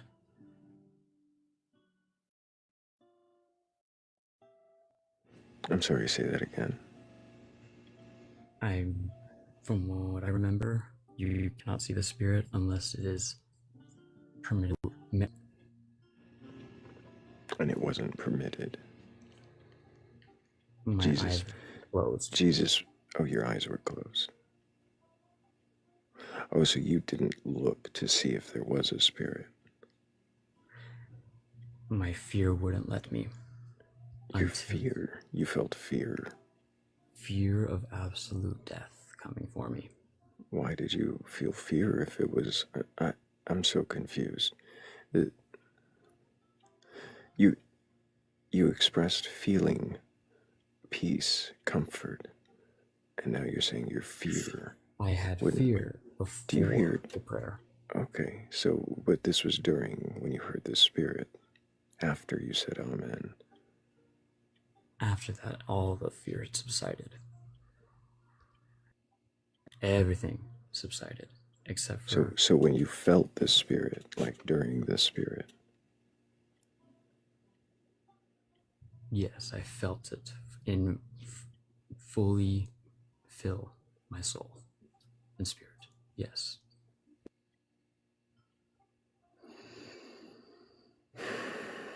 I have no other way to explain it. I'm sure you don't. I'm just going to say that this has all the hallmarks of making it up as you go along. I don't know if anybody else has any questions, but I don't believe a word you say. I know, it's very hard. I know. I was afraid to believe it. The disingenuous tone of voice doesn't help either. I'm genuinely trying to stay with the calmness that you guys are keeping.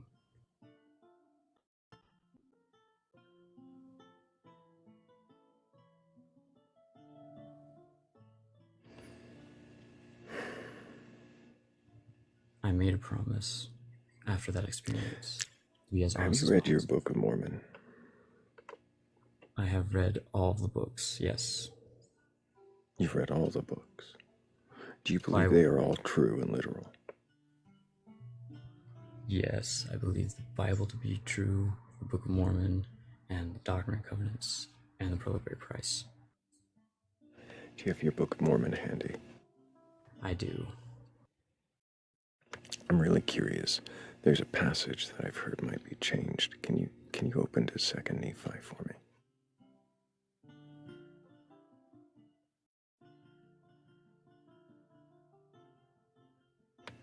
Just to indulge my curiosity about your edition. Yeah. Oh, Nephi 5. 5. Mhm. Sorry. I'm there. Can you get to, I think it starts at 21. 21, yes. There. Can you read that for me? And he had caused the cursing to come upon them, yea, even a sore cursing, because of their iniquity. For behold, they had hardened their hearts against him, that they had become like unto a flint. Wherefore, as they were white, and exceedingly fair and delightsome, that they might not be enticing unto my people, the Lord God did cause a skin of blackness to come upon them. Can you keep going? And thus saith the Lord God, I will cause that they shall be loathsome to thy people, save they shall repent of their iniquities. And cursed shall be the seed of him that mixeth with their seed, for they shall be cursed even with the same cursing. And the Lord spake it, and it was done. Read a little bit more. And because of their cursing, which was upon them, they did become an idle people, full of mischief and subtlety, and did seek in the wilderness for beasts of prey. Okay, yours isn't changed at all. I also have 2nd Nephi 26:33 as well. I was just curious about that one. What are your thoughts on that? My thoughts are that skin of blackness could potentially have been mistranslated to spirit of blackness or so forth. I'm not sure about that because I don't know everything. If it's not mistranslated, I mean, Joseph Smith is really the only source we have for that, right? Mm-hmm. So, if it's not mistranslated, what would that mean? It means that the skin could have been darkened through the power of God. The skin could have been darkened, and what would that mean? Melanin could have been introduced further into their skin DNA. To do what? To turn their skin darker, maybe black. Why does it say that that turning it darker would be a curse? What does that do? Well, darkness is the opposite of light, and light is what is of purity. So you're saying fair skin is pure skin, dark skin is No. impure skin. No. Wasn't that, I'm sorry, introducing melanin to make them darker, to show their impurity? Isn't that way? As a marking, same as with Cain, but can be freed from cursing.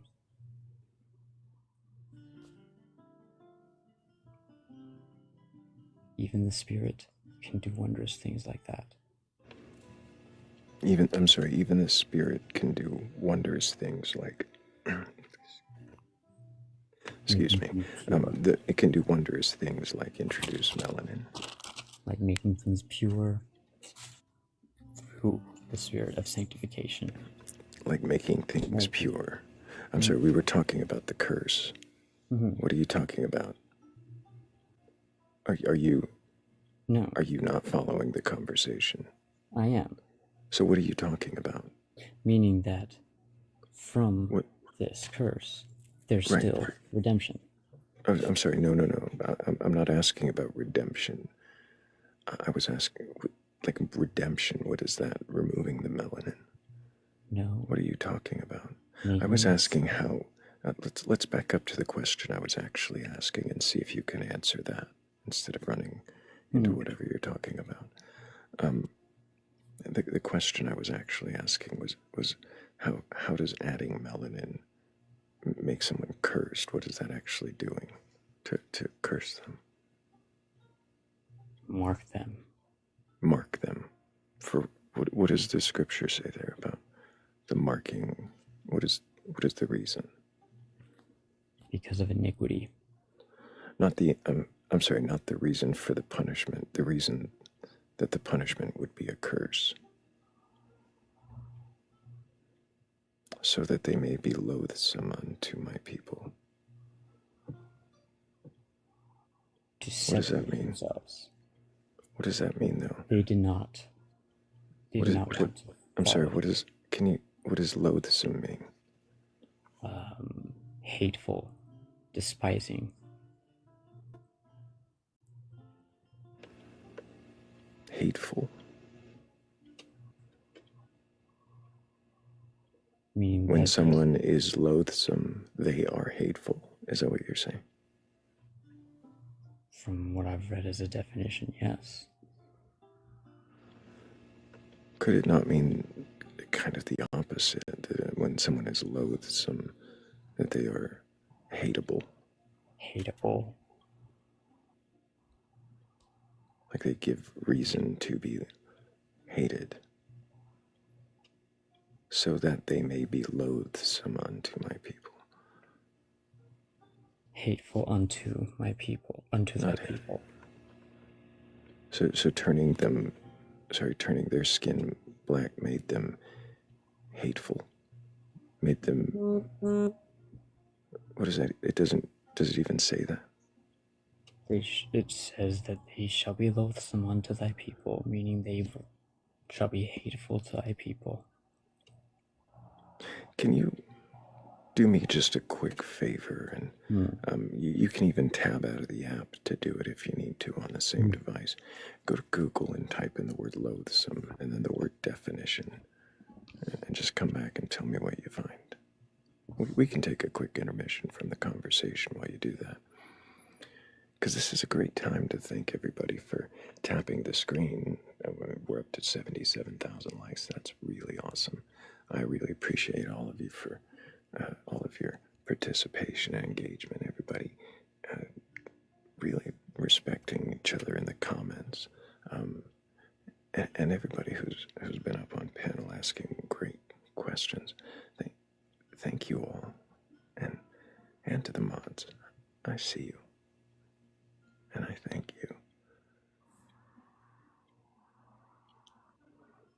Did you find that definition? I did, yes. What did you find?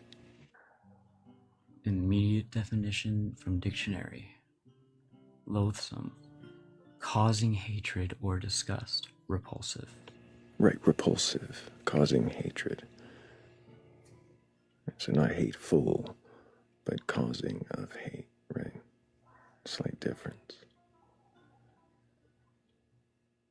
Attracting hate, even. Repulsive. Meaning.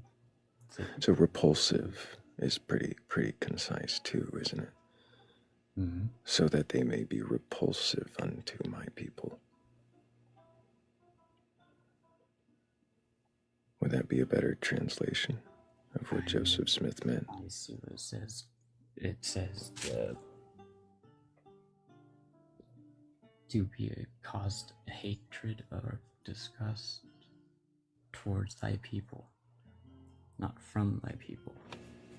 So you're saying, just to be clear, okay, that instead of loathsome, meaning to attract hate, to be repulsive, to inspire hatred from other people towards you, rather than that, You're saying that it means to make hate towards some. So, like, if I'm loathsome, then I must be hateful towards everyone, right? Causing hatred That's so you're reading now into the text that God cursed these people with dark skin so that they could be more hateful towards the light-skinned people.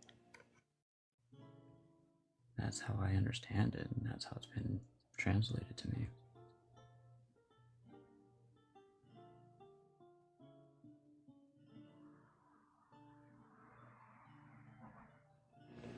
Merriam-Webster says is giving rise to loathing. Giving rise to loathing. Can you... So to be clear, God curses these people, and in cursing them, he makes them more hateful towards the light people. That's his curse, is to make them be hateful, not to be hated. Correct. Not to be hated.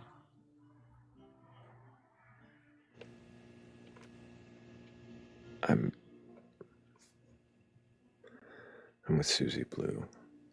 My gob is smacked.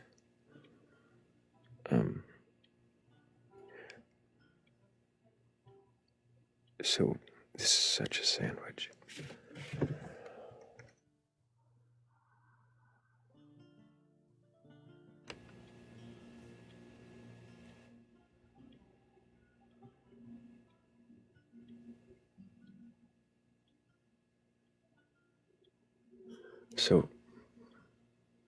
So your idea of God cursing someone is making them be hateful towards his chosen people.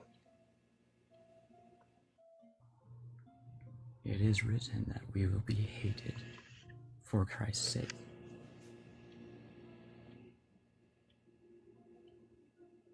Does that sound like God is cursing those people, or is he not cursing you with their hatred?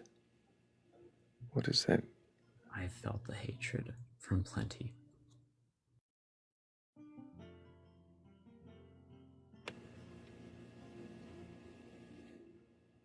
Do you not hear the absolute hatred, bigotry, and racism in the scripture that we're discussing?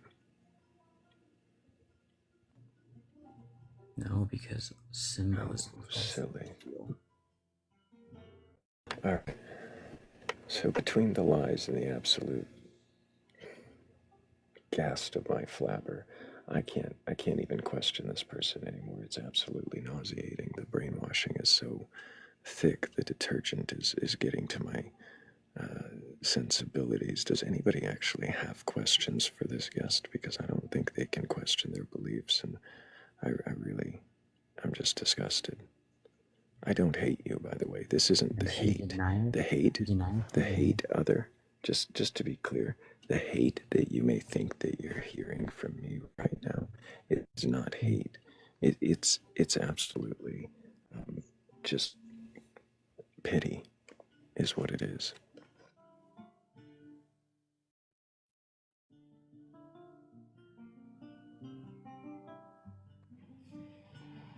I feel sick.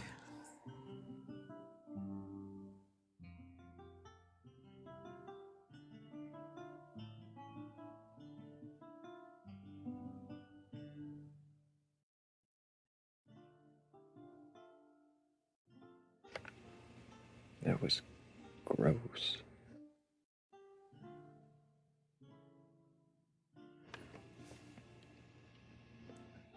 I don't think he's capable of honestly reflecting on anything we talked about, because I don't think he's capable of honesty. I didn't hear honesty in anything he had to say. It felt like complete mask fakery through the entire conversation, like a child pretending to be a something else, a holy wise sage. Thrayle, Everything was gross about that. it was not a lie. That's how deeply indoctrinated he is.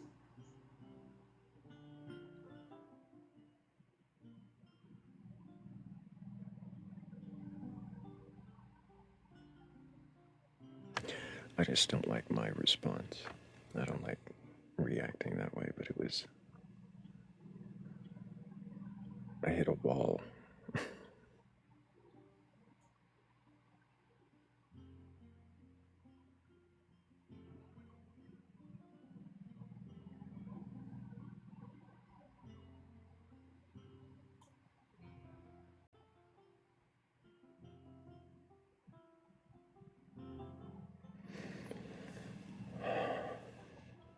I need a palate cleanser. If anybody watching has a belief in a god or gods, higher power, or anything like that, and you're open to having your beliefs questioned, if you're, more importantly, so much more importantly, if you're open to questioning your beliefs, well then go ahead and request on up. That was a demonstration of what not questioning your beliefs is. And it's, yeah, pity was the only word I could come up with.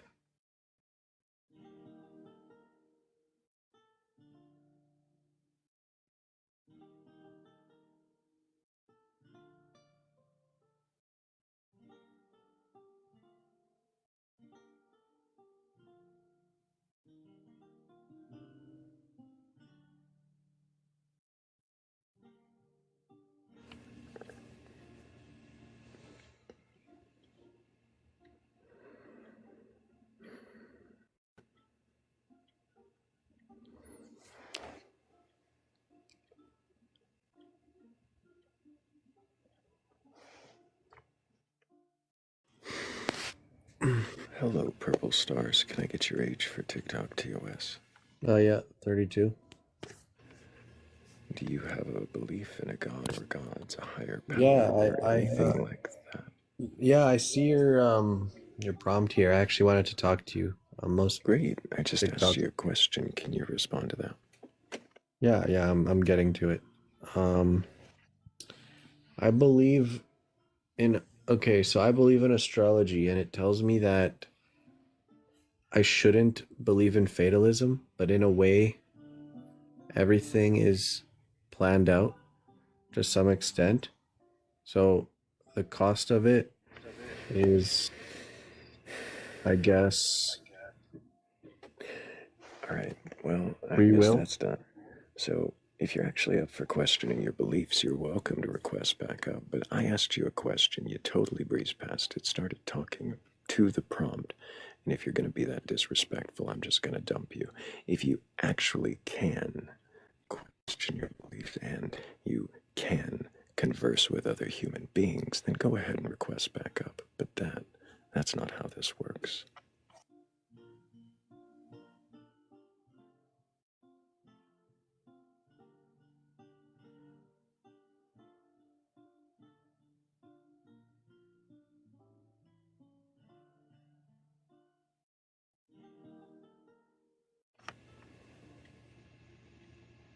Yeah, that needed a trapdoor sound.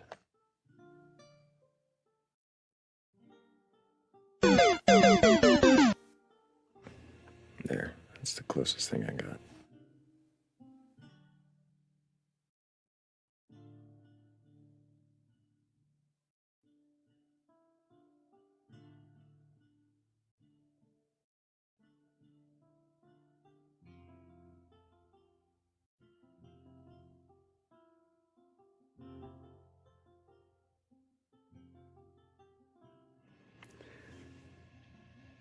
And that's how we find out if anybody on the panel is still awake, too.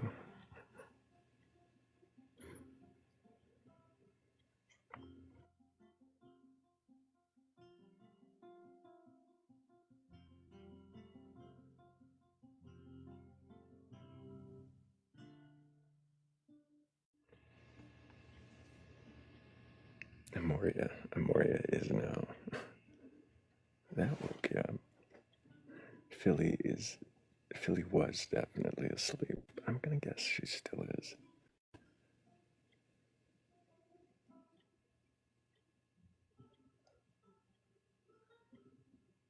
I'll go ahead and set Philly down. guess Jimmy might also be asleep at this point. It's been a while.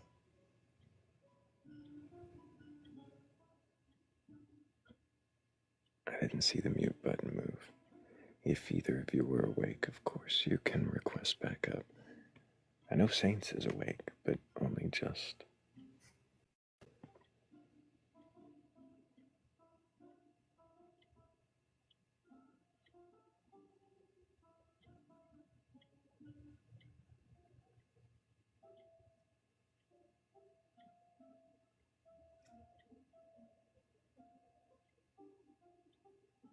Do I never sleep? No, I do sleep sometimes. There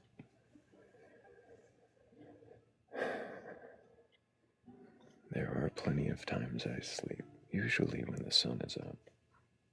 For me, that's not for at least another couple hours.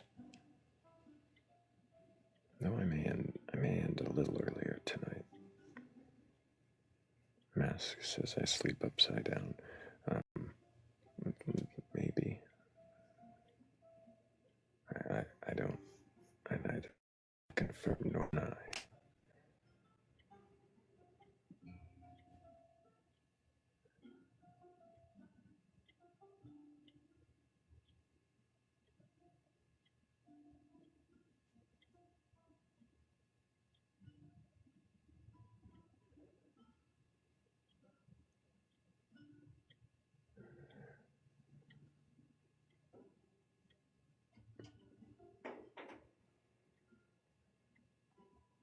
I don't know how to read that name.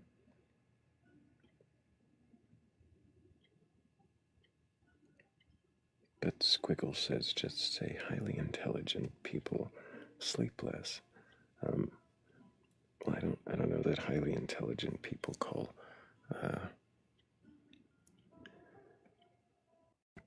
attention to themselves as highly intelligent people. It seems more like a moderately intelligent thing to do.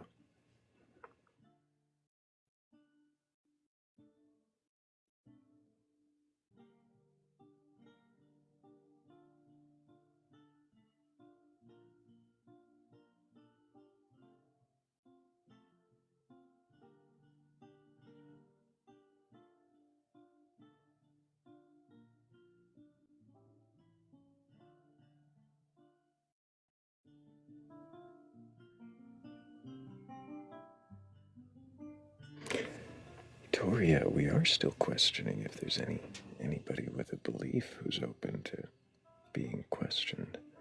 But we, also are likely going to end soon.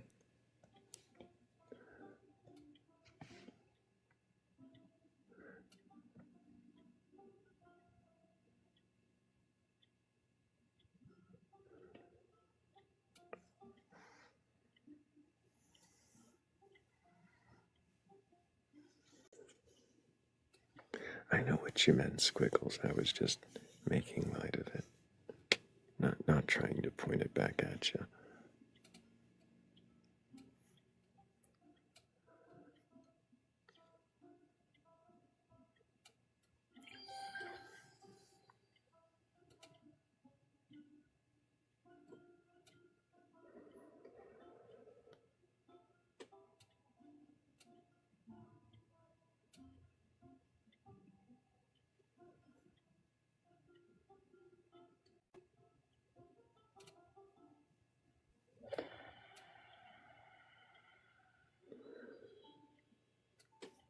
Oh, Toria, if you do want to question your beliefs, it's been a while.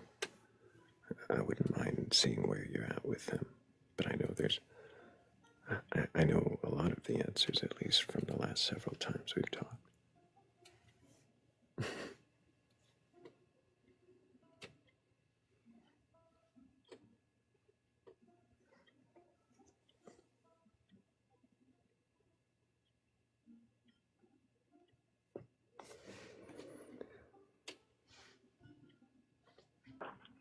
Welcome back, Toria. It's been a long time. It's been a long time, dear. How are you all? I'm doing great. And a reminder for anybody watching who might remember you, this is our old friend, Wild Lady Hawk. Yeah. Do I need to confirm my age? Yeah, let's run through the whole thing like it's the first time. So your age for TikTok TOS. Yes, I was 48 last week. Woohoo! Happy birthday. Yes, remember the 5th of November. You know, you're actually, I think, the second friend I've made through this who has the same birthday and lives in the UK. But did they say that something like what my mum says, who said, I came out with a bang? That's what she said. Yes. Yeah, I came out in style. Right, so. I mean, being born on November 5th in the States doesn't mean quite as much.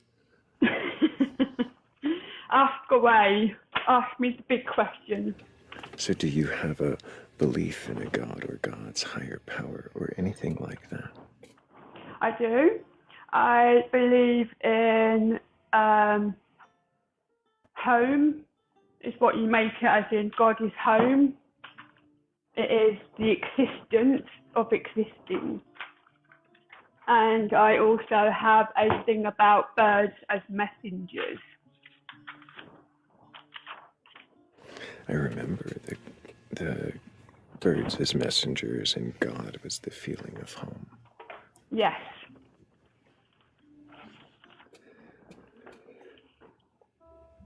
Does that feeling of home, does calling it God granted anything more than just a feeling, or is it by saying it's God, does it elevate it to something with power and tension, with mind? I think it's hard to explain because obviously I'm deaf, like you know. It's hard. I never had language for a while. Everything was action, gestures, existence, seeing, feeling, sensing. And when people talk about religion, it sounds like a system. Whereas for me, it's about existing in the moment of every time, of every minute, of every second, and how it creates within itself from that.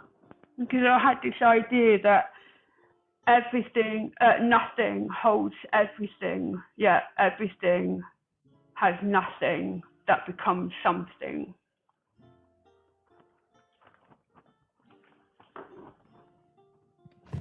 You're going to have to run that last one by me again. Say that again?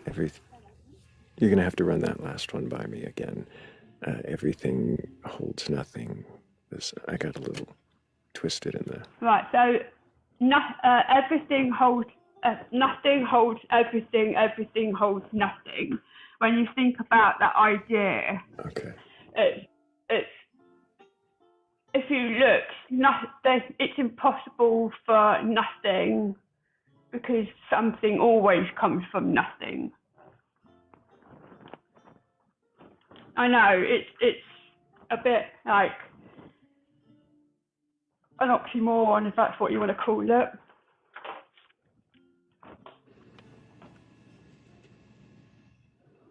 For example, do you want an example to explain a bit better? Yes. Okay, so you know I believe in birds as messengers and things like that. When for example, every time I was doing a film shoot, because obviously I was an actress, I always knew if I would land a part and something would happen because a butterfly would come and land on me, a real live butterfly, no matter where I am. And I knew I'd end up having a speaking part and things like that. And then I knew when my mum was sick, because a butterfly would come flying into the house and land on me, and I'll phone my mum to find she's on her way, she's been rushed to hospital. So when you think about it, I believe that when if you just because you don't understand something doesn't mean it doesn't exist. So animals, just because you don't understand animals' language doesn't mean they don't understand you and have something to say to you, if that makes sense. Mm-hmm. So everything holds nothing because you perceive it that way as nothing, perhaps. Therefore, when you do start to perceive it, it creates something. I'm not very good at trying to elaborate really well because, like I said, English is my second language, and showing and feeling and experiencing is the only way I can express myself, which is why many people don't understand me, if that makes sense. I think I might be understanding you. I want to question the butterflies, but rather than go there yet, I'm still on the everything contains nothing, nothing contains, or nothing creates everything. Mm. Was that what it was? Kind of, yeah. Okay. I don't see how the butterflies explain it. They sound like what some people might call synchronicities. You might say the animals are speaking to you in a way that they somehow convey a message. Well, I don't know, because then you're talking about perceiving something then, aren't you? I see. So it's a matter of you perceiving the butterflies as being messengers, and it's you putting something into nothing. I suppose in a way, because when it first happened to me, I didn't even think about it. I thought it was a coincidence. But when the outcome happened, I'm thinking, is that something I need to consider? And then it happened again and again and again, and I thought, oh, actually, maybe this is not a co-rinky-dinky, as we all often do. So I guess I took it on board and accepted it, which brings comfort in a way when you think about it, because it's just because you don't understand them. If you choose to try and understand the language of another species of an animal, you'll get that harmonious response and understanding, and positive things start to happen. But if you choose not to understand it, disregard it, and etc., then how do you think war happens between different cultures and race? Because of misunderstandings often lead to other outcomes. So it's the same thing when you think about it of animals. I'm a horse whisperer. I used to train horses. I rode before I could even walk as a child, because I was a baby when I first sat on a horse. I understand horses. Does that mean that it's just a belief?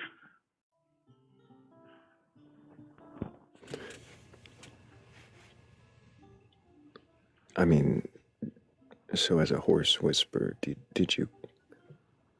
Because a horse whisperer is basically a technological term, a fancy term of saying I understand the language of horses,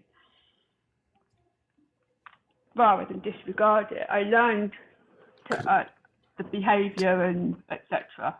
Yeah, Right, you learned the behavior, pattern recognition. You learned to recognize certain ways they indicated well, I said to you things. before that I understand patterns, didn't I? I see patterns in literally everything, even the way you're talking to me. I see patterns. I remember that. I don't understand why. I just do.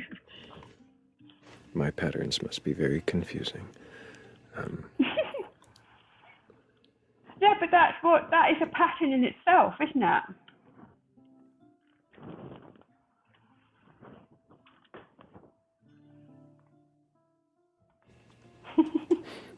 I get. We end up in the sandwich again. I remember the sandwich will engulf our patterns. The patterns are a sandwich. I have more questions, and I think our next guest does too, but I do want to make sure that I thank Donna B. and Shell and Heather's Descent, also Freya and Amoria for the last goal. I really appreciate you guys. Good morning, Solovino. Hey, good morning. How are you? Doing pretty good.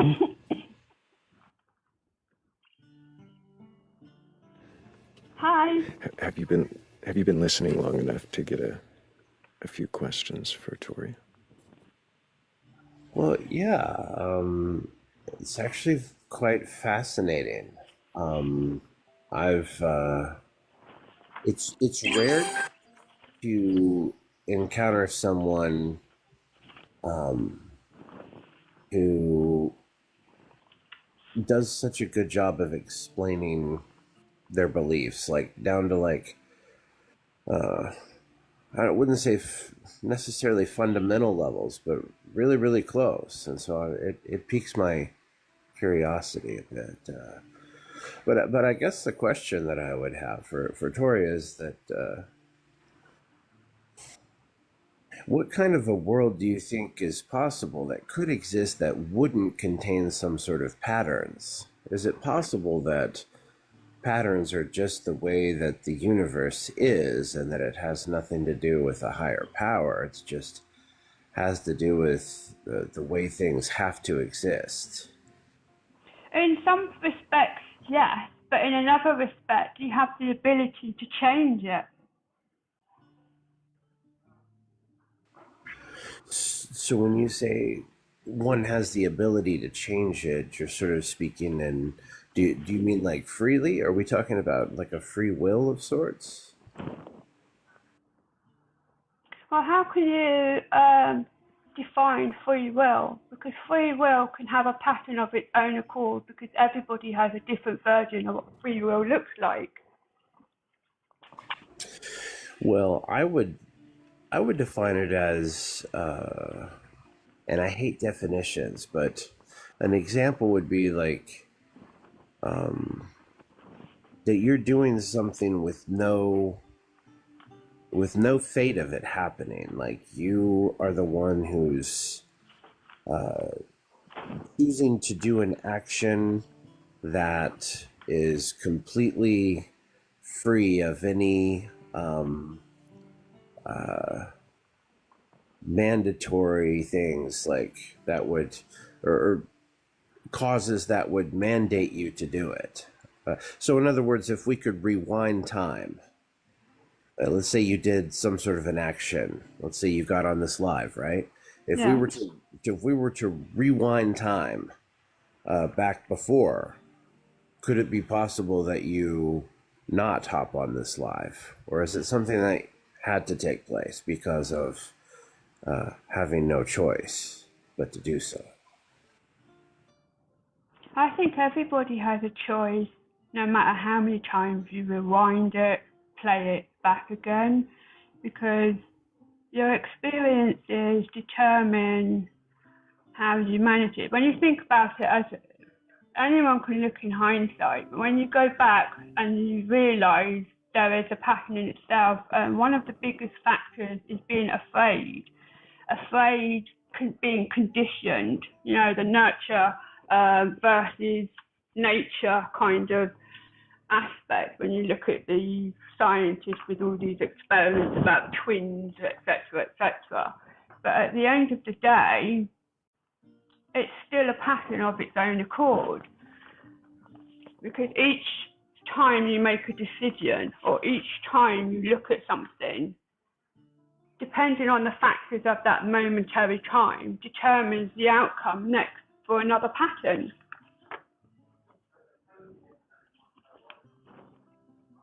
I mean, look, if I was to be fearful, or if I listened to everything that was going around me, I would never get to where I am. I'm a deaf person that was born, I've been bullied, I've been through hell, all sorts of rubbish things in my life, but no matter what, I still achieved so much in my life because of believing in the world, believing that, you know, a purpose in life. If I was afraid all the time because people say, like, I've been told I'd never act. I've been told you can never be an English teacher. I've been told you shouldn't be able to teach English to normal people because I am not normal. Well, screw that. Sorry, excuse my French, but I am now an English teacher because I chose not to allow barriers of other people's perception of me, if that makes sense.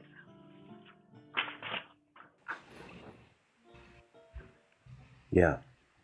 I would do it all again because I wouldn't be where I am now.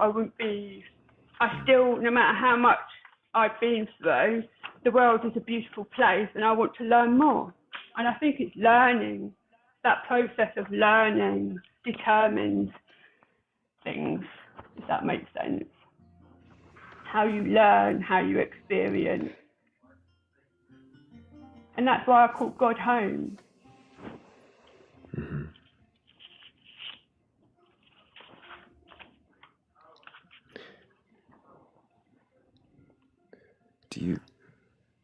Do you think it's possible that the determination that you show, the insistence to achieve these things, could be born from the chemical makeup of who you are, the circumstances from which you come from, the I don't know. experiences? It's a good point to make because people can't understand why. I've been through so much. I've fought cancer. I've gone through many, many different obstacles, but I still choose to see how wonderful the world is. And I don't know why. I can't help it. I can't change it. I see the good in every person, even in the worst people, because I see that when you look at love and hate, they're the same thing. It's just hate is an extreme version of love, of something else, but it's still pain at the end of the day. And maybe that's why I still me, I guess.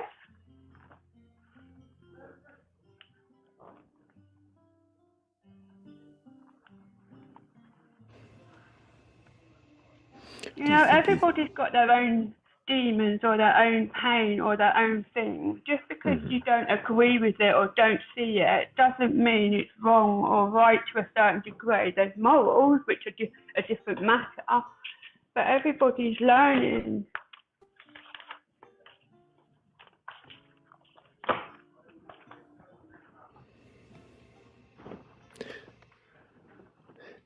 Do you think that your understanding of that even could, as I asked before, come from the circumstances from which you come from, the being held down, so having to fight back?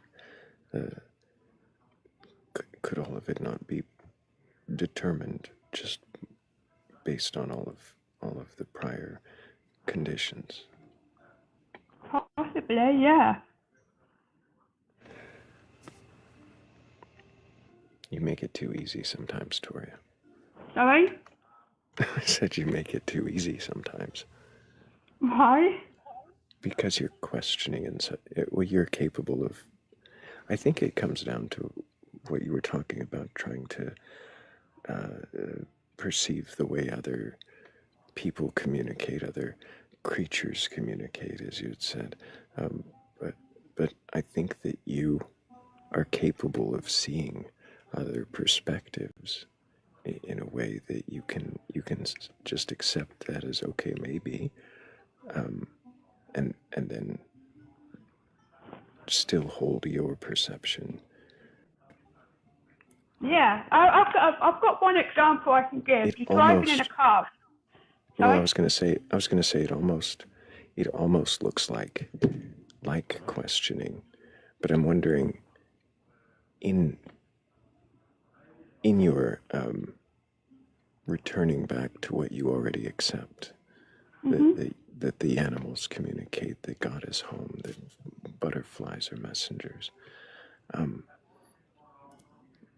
Do you question those? Yes, of course I do.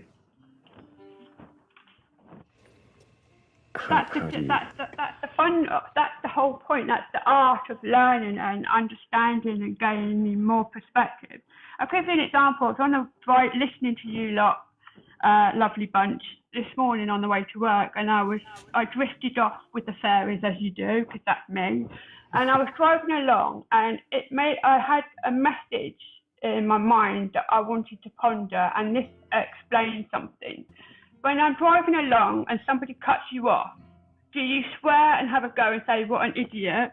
Or do you choose to think maybe that person's having a bad day and doesn't realise what they're doing?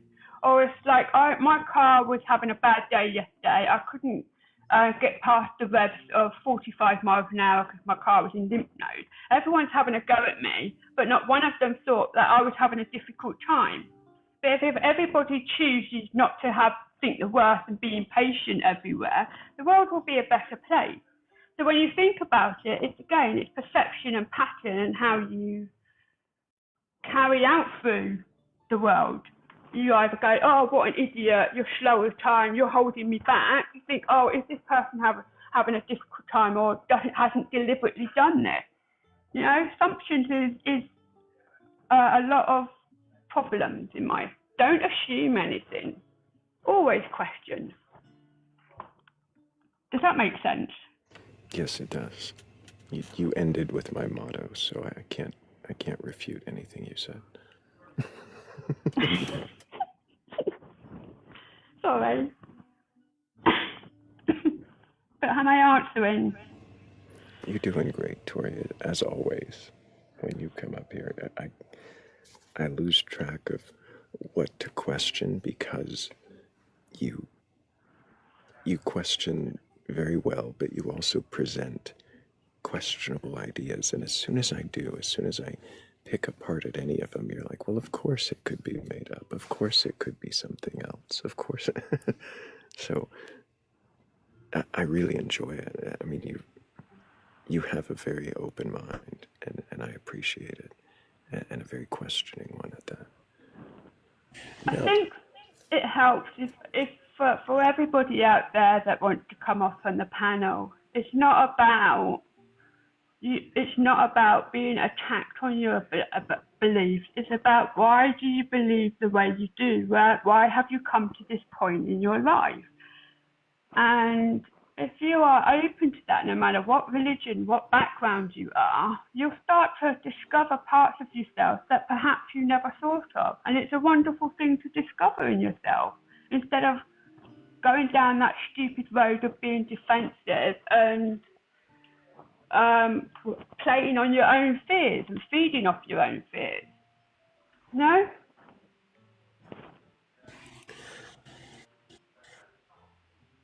I think I could be wrong, and maybe I need to do what, you said and think about, what other people are going through. But I think sometimes the people who get defensive are the ones who really want for something to be true. And so they put on this character as if though they truly believe it, but when they start to question it, they start to realize that it's not as much of a safety net as they thought, and so they get scared. And when they get scared, they get angry, and then they get defensive. Yeah.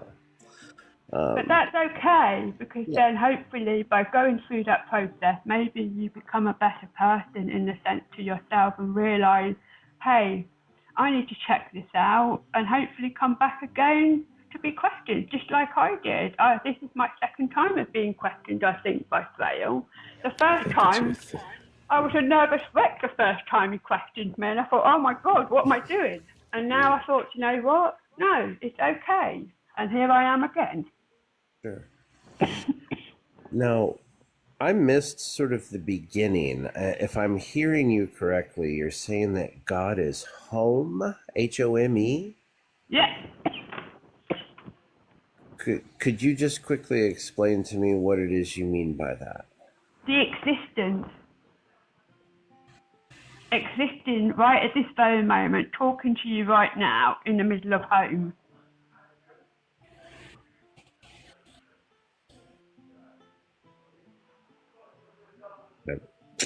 Yeah, I guess I'm still. So it's just existence then.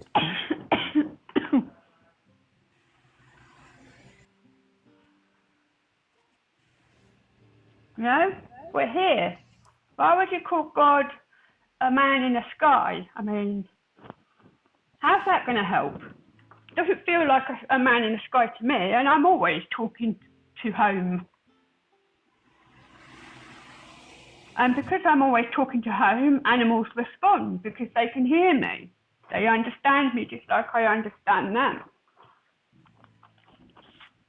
Doesn't mean I'm crazy. Doesn't mean I need a psychiatrist. No, right. I'm just trying to see if there is a distinction between God and anything else. Is there anything that is not God? Really? Okay. That's how it, unless we're a bunch of puppets swinging, like, you know, where you hang planets off the ceiling and you switch the lights off and the planets go round and you play with toys. Unless there's something outside of the universe that we're inside a dollhouse called a universe, who knows? But that's joy, isn't it? That's the fun of it.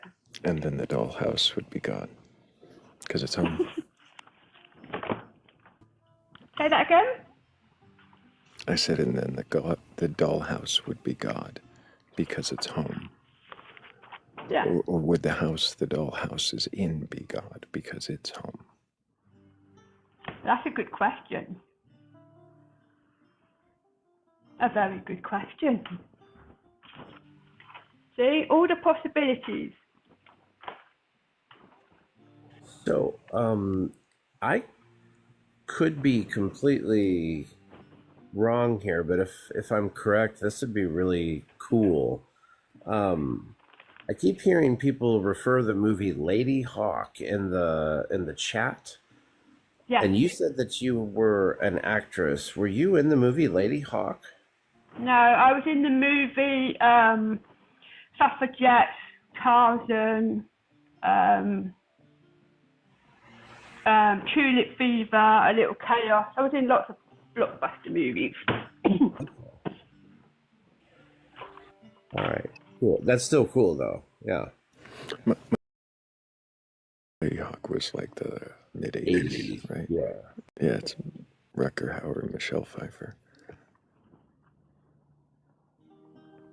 Yeah, I love the film, and I have met Rutger Hauer from that film, and he told me never to give up on my acting, so I pursued it and succeeded. You see, life throws different passions at you. It's what you make of the passion and how you use it in your world and how you follow. You either choose to follow or jump on another bandwagon and say yeehaw. So yeehaw. Yeah. No? Woohoo! Let's do it. Do you know what pantheism is? Did we talk about that last time? Yes, I think so, but you didn't explain it because I think we went off lots of different words, and I told you I don't know my labels. Don't really have a label because I'm so open-minded and flexible and adaptable. I have to be. Can't be fixed. Nothing's fixed in life. Well, the God is home. The home is everything. Everything is God. It sounds a lot like pantheism, if everything is God. Okay. That's kind of what that means. Everything, theism, God. Well, I'm going to be open. I've had moments in my life as a child that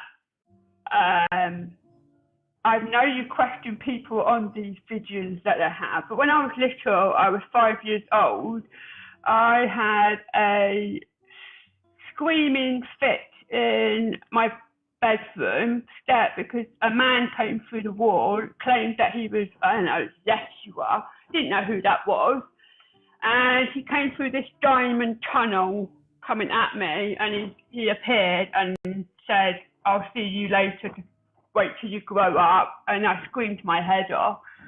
Was that real? I don't know. And then when I'm living in the mountains, I always spoke to angels, and that's why I never thought God as a person. I thought God as a home. I've had many experiences in my life like that. That I'm not religious, if you get my meaning. Remember, as many people said, I was born and I lived under a rock and never really saw life when I was a child. I was always, as they say, naive, green, and don't really know a lot. That's what, kept in the dark like a mushroom, fed on sleep, as the old saying goes. That's what many people say to me in my life. Kept in the dark like a mushroom. Yeah. Maybe I'm grateful because maybe that isolation I'm grateful for because it allows me to find myself rather than be influenced because I can't hear nothing at the time when I was little. Does that help? It adds more layers to the sandwich, Doria. Oh, I love a good sandwich.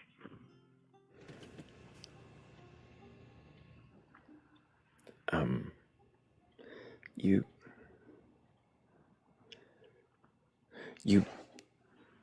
in presenting experiences and beliefs, you question them as you go. Yes, I do. And it makes it hard for me to question them. Oh, sorry, Thrayle. Well, you already did the work. You see Jesus or Yeshua coming out of a diamond tunnel, and was that in my mind? Maybe. Okay. Yeah. The thing is, I never knew who he was because I was only 5 years old, but I still distinctly remember. And I remember I had nightmares where I saw rats under the bed and I was screaming, and I remember climbing up, my dad saying there's rats under the bed. So I would question it because was he real? If the rats are not real, how can that be? I think Solo had a question. Yeah, so... But I guess my thing is, okay, so you're not religious, but do you believe in a higher power? And if so, what does it mean for something to be higher in that sense? Would you call it a higher power, or would you call it a pattern or a purpose? Because everything is connected to something. Does that mean that's like predicting whether someone's high up in the food chain or high up in the life chain or high up in the being chain. You know? When everything but one without the other wouldn't work. So is it a higher power? I'll have to think about that one.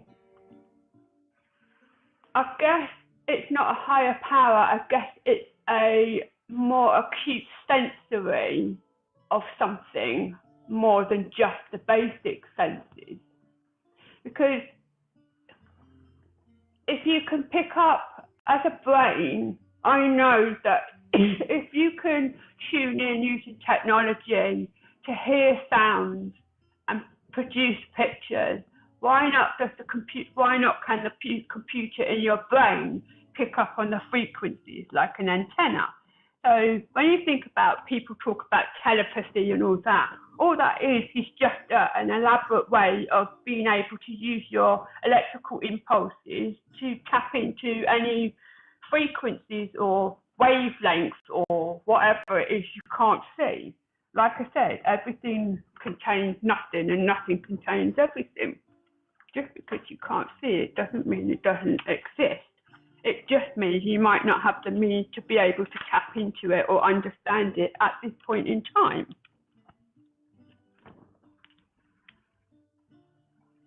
Does that make sense? Have I answered your question, Solovino? Yeah, I mean, yeah, I think you answered the question. I still don't necessarily understand what it means when you say everything contains nothing and nothing contains everything. When you think about it, I did a video where when the sun streaks through the window, you see little particles floating around. Right. When you look up to the sky, I see like sugar falling in the sky, but that's because people say it's within your eyes. So just because you don't see it at this point in time doesn't mean you can't see it elsewhere. So everything comes from something, therefore it comes from nothing. Because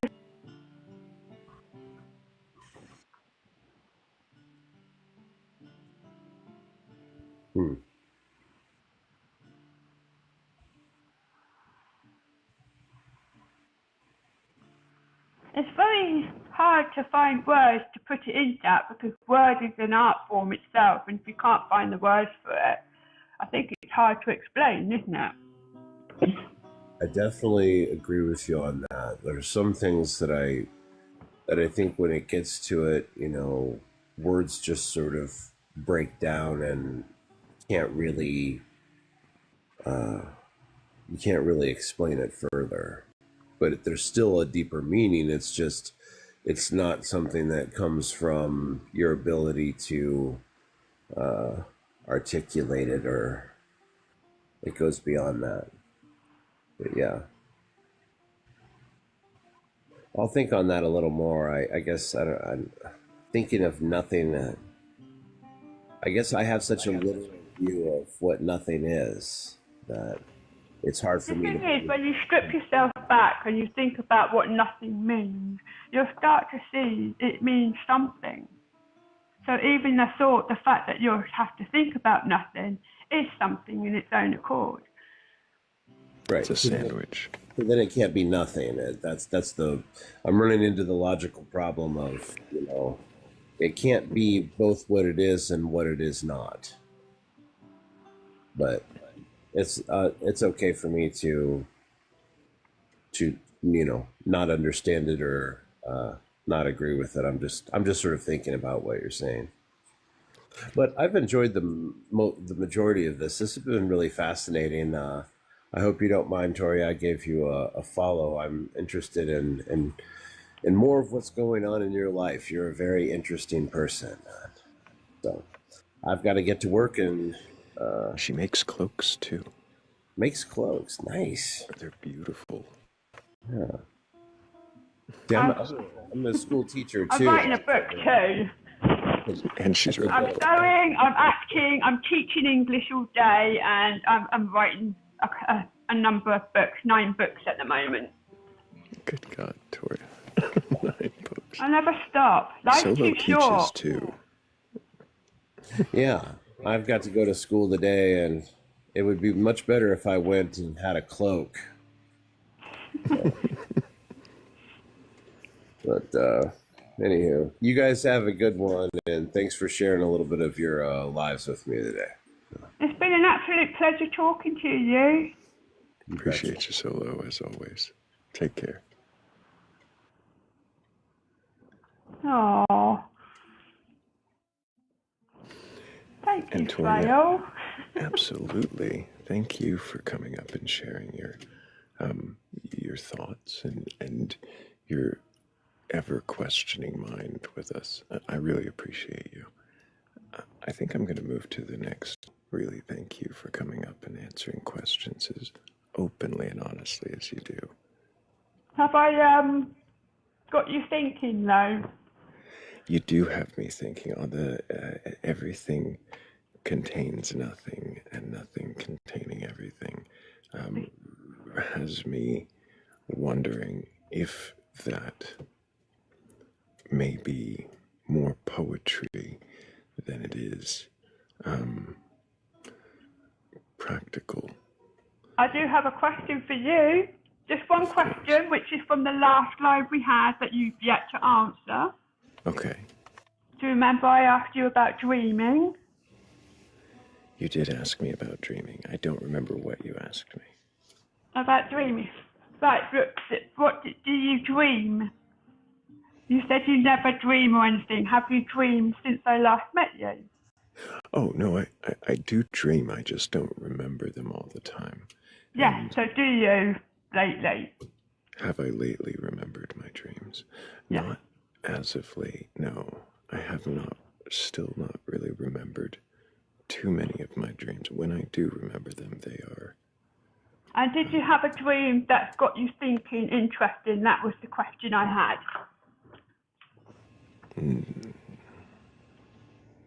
I can't say I have. No. I will keep asking in future then. Absolutely. And I will pay more attention to them. But thank you, All right, Toria. then. I appreciate you.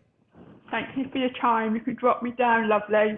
Absolutely, thank you. I hope you have a wonderful rest of your day. Have an amazing weekend. You too. Yeah, W. Toria's in the chat. Always a pleasure.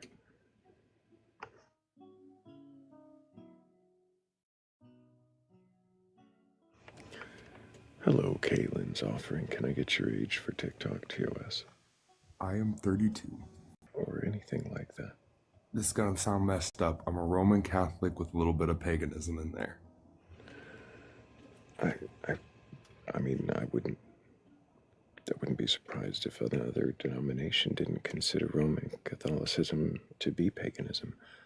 To some degrees, it kind of is. They do the smoke thing, the water thing, the fire thing, and I'm not saying that they do that intentionally. It's just a lot of combine all the ritual elements.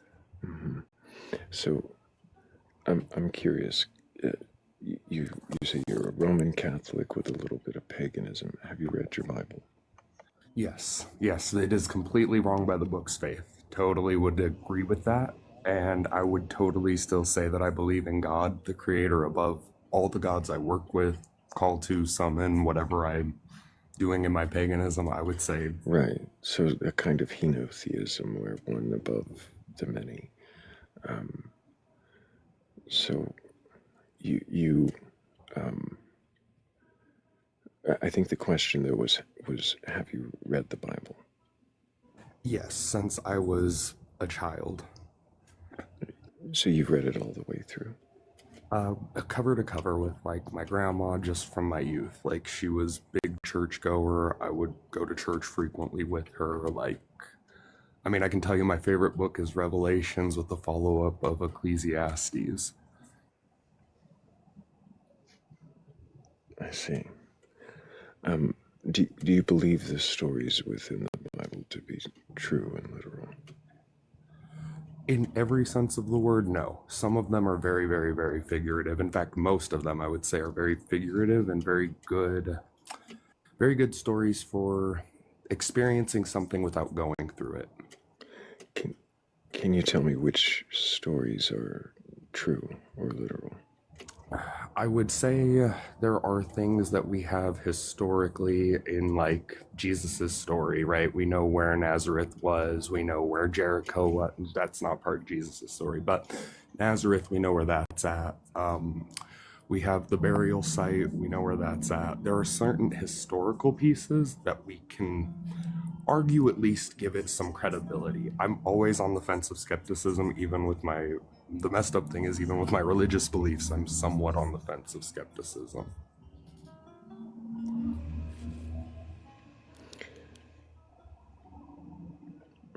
So you believe Jesus existed? Evidence that suggests that, but I would say that like an example of a story that is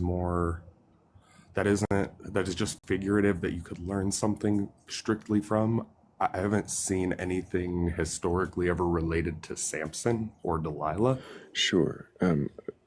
What I'm asking though is what you find literal, what you find true. So you believe Jesus existed. You believe I would say the that lessons are the most true aspect. That's a hard part to answer because I wouldn't say the stories themselves are initially true. I'd say the lessons are the true part. That's the part that's overlooked, I would even say. so the lessons of Jesus are true. It doesn't matter if Jesus was real or not. Right. Like, we know that there's some truth to Jungian psychology with like archetypes. We know that this has something to do with us. We don't know what. We don't know I'm how. sorry. Jungian archetypes we know is true. We know there's some sort of truth there. We know that we didn't Some know, sort of truth. we didn't know why we told the story of the first hero, but we do know that we did tell the story of the first hero and that it was an archetype in our brain. That it was An something archetype in our brain. we were something we were compulsed to share in an oratory fashion, something we were compulsed in as far as like stories. If you look at Jesus, fits the perfect build of the hero's journey. He leaves home, goes on a quest, long roundabout, Okay. comes back. So it doesn't sound like you're actually capable of questioning your beliefs. It sounds to me like you have a sermon prepared, an ideology that you want to spit out as fast as you can, regardless of whatever. Sorry, I'm still speaking. Regardless of what other questions I might ask, you just have a thing you want to say. So do you feel like you've said the thing you want to say? I actually was gonna just come up and say one thing. I didn't mean to take up your time. I'm so sorry, host. I was gonna say I have this weird thing and it's more of a problem.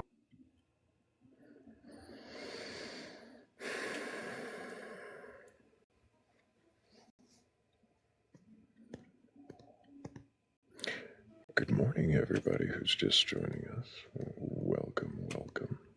We are here just questioning beliefs. If you have a belief in a God or God's higher power or anything like that, and you're capable of questioning that belief, well, that is what we're doing. Soapbox, if you have a thing you just want to say, I mean, TikTok's a big platform. You can make a video. I am here to see if you can question your beliefs, though. And if you can, well, then go ahead and request up. I'm not here to debate you or argue. I don't want to tear you down or make you look like a fool. I just want to know what it is you believe and why you believe it. If, of course, you even really know.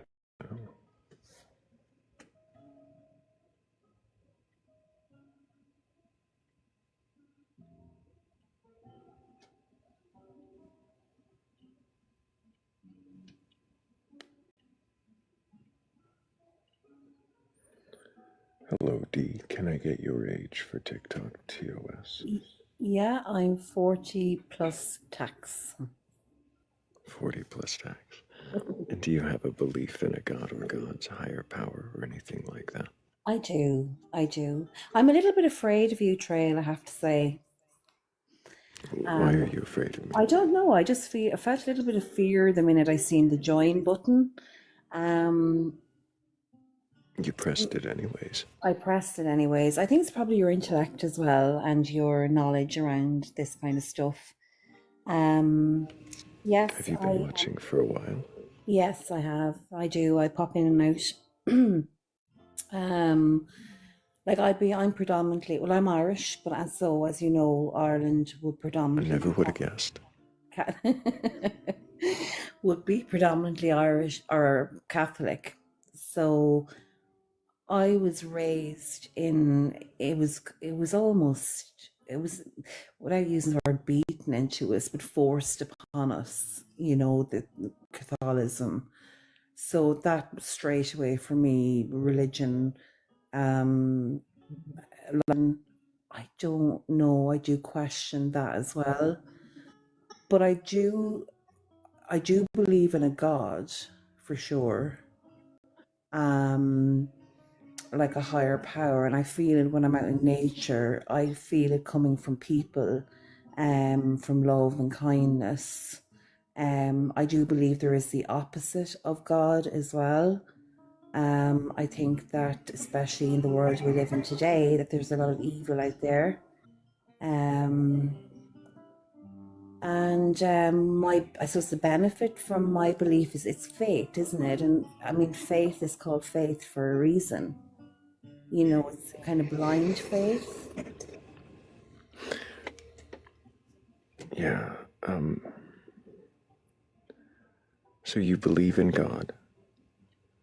I do believe in a God, yes. Which God is it?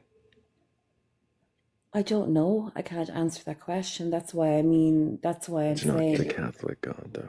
it's no. It's not a It's not denominational. Jesus. It's It this might is be where Jesus. it might be. This is where I question. I have a lot of questions around all of that. You know, I do believe Jesus walked the earth. I do believe that he was a bit of a prophet. What does that mean, a bit of a prophet? I do believe he prophesied a lot of things that were going to happen, which did happen. What do you know anything that he prophesied that did happen? It was prophesied that by a certain year we would know the difference between men and women, and that would actually be the case today. I'm sorry, he prophesied that. Was it him, or was it Nostradamus?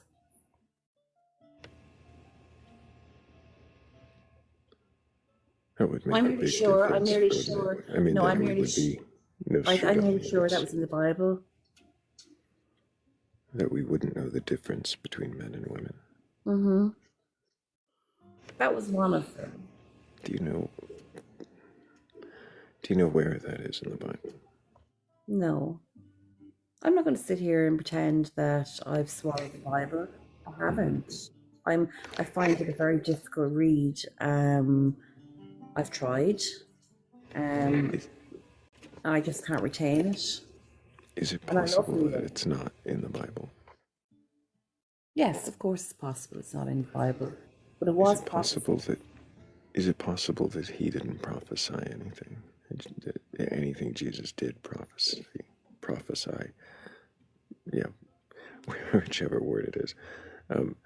Anything that he did foresee did not come true. Is that possible? Of course it's possible, yes. Can you think of anything else that he might have foreseen?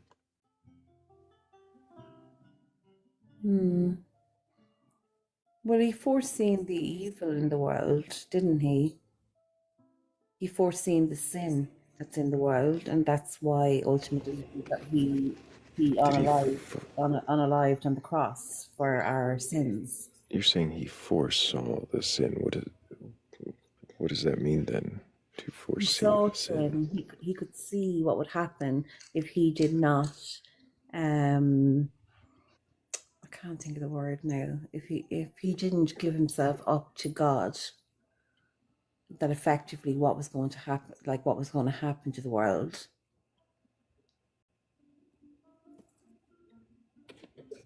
And he was right. The world is full of sin. If that's the case, the world is full of sin. What is sin? Well, it's the opposite of good and love. And I think there's two umbrellas, or there's one umbrella, and under that umbrella we've got fear. We've got fear and love. We gotta slow down. Okay. I had been asking like what he prophesied, right? What prophecies he made. You said sin. And I'm asking what sin is. It's the opposite of good. Mm-hmm. And what is good? What is good? Good. Well, I feel without interruption that there is two umbrellas. One is fear and one is love. And I think under the fear umbrella comes the sin, comes the anxiety, comes the addictions, comes all of those things. And then under the love umbrella comes kindness, altruism, you know, all the good things. I gotta thank Shell for the Night Star. It's always my favorite. Thank you, Shell. Love umbrella is good, and I'm trying to understand, like, who's deciding this system of sin and good. This is my faith. This is faith. This is why it's called faith, Thrayle. Like, it's not set in stone, is it? Like, it's What does our faith mean to you? It's a belief. It's something that gives me comfort. I see. So you You know. believe it because it gives you comfort that Yeah. that Jesus predicted sin, and that the sin came after. The sin is the things that are under fear, and the good is the things under love. And then this is your faith. Well, good would be under love, kindness. Do you question compassion. these beliefs, Dee? I do question people. Yes. Do you question your own beliefs? Of course I do. I'm human. What Yeah. does it mean to question your own beliefs? Well, I feel as we grow and as we grow older, like our 20s, 30s, 40s, our belief systems can change, and our values and our moral compass can change.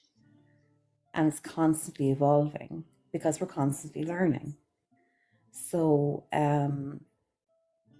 it's like, for example, I'll give you an example. That English lady that was up earlier on, I think she was an actress. And she was talking about having an experience. Now, I know I was trying to be funny and I put down at the bottom mushrooms. Okay, now I distinctly remember being 9 years of age, and I came from a very dysfunctional household. A lot of screaming and shouting and fear and all that kind of stuff. Anyway, cut long story short, I remember being afraid of the dark, but the light was switched off, and I was facing the wall, but I turned facing out from the wall, and I seen a being that was so tall, so tall, I can't begin to, like, it was to the ceiling, and it was like transparent, and it was holding something pink. And I remember just feeling a sense of calm and turning over and going to sleep.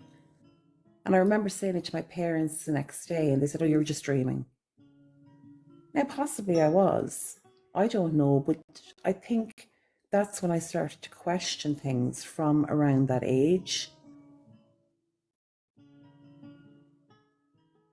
You know, in higher beings, in our higher self. Like, we're all built on energy as well. What is energy? I do think I'm talking shite. What was that?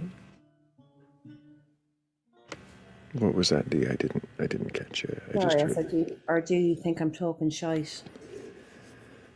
Well, I don't think I would phrase it quite like that, but I think that's just because in America we tend to say shit.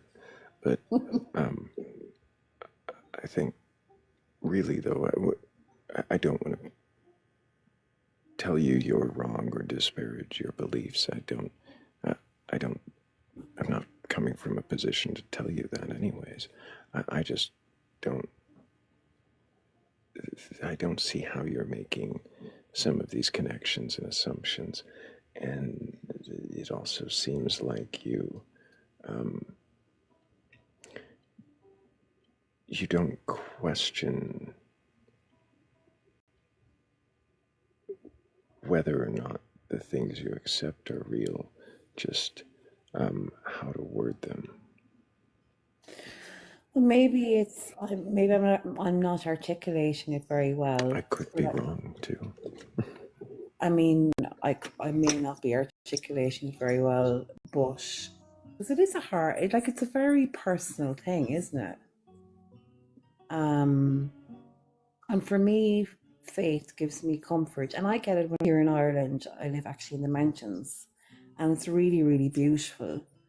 And I feel a presence when I'm out and about walking the dog, and I just feel this presence around me. Presence. Mm. What do you mean by presence? I feel like I'm not alone. Obviously, I'm not alone. I've got my dog with me, but it's a different type of presence. It's something within, and it's like the smell of nature, the trees, the colors, sky. You know, even I love walking in the rain. I love the feel of the rain on my skin. It makes me feel alive. That's, for me, that's spiritual.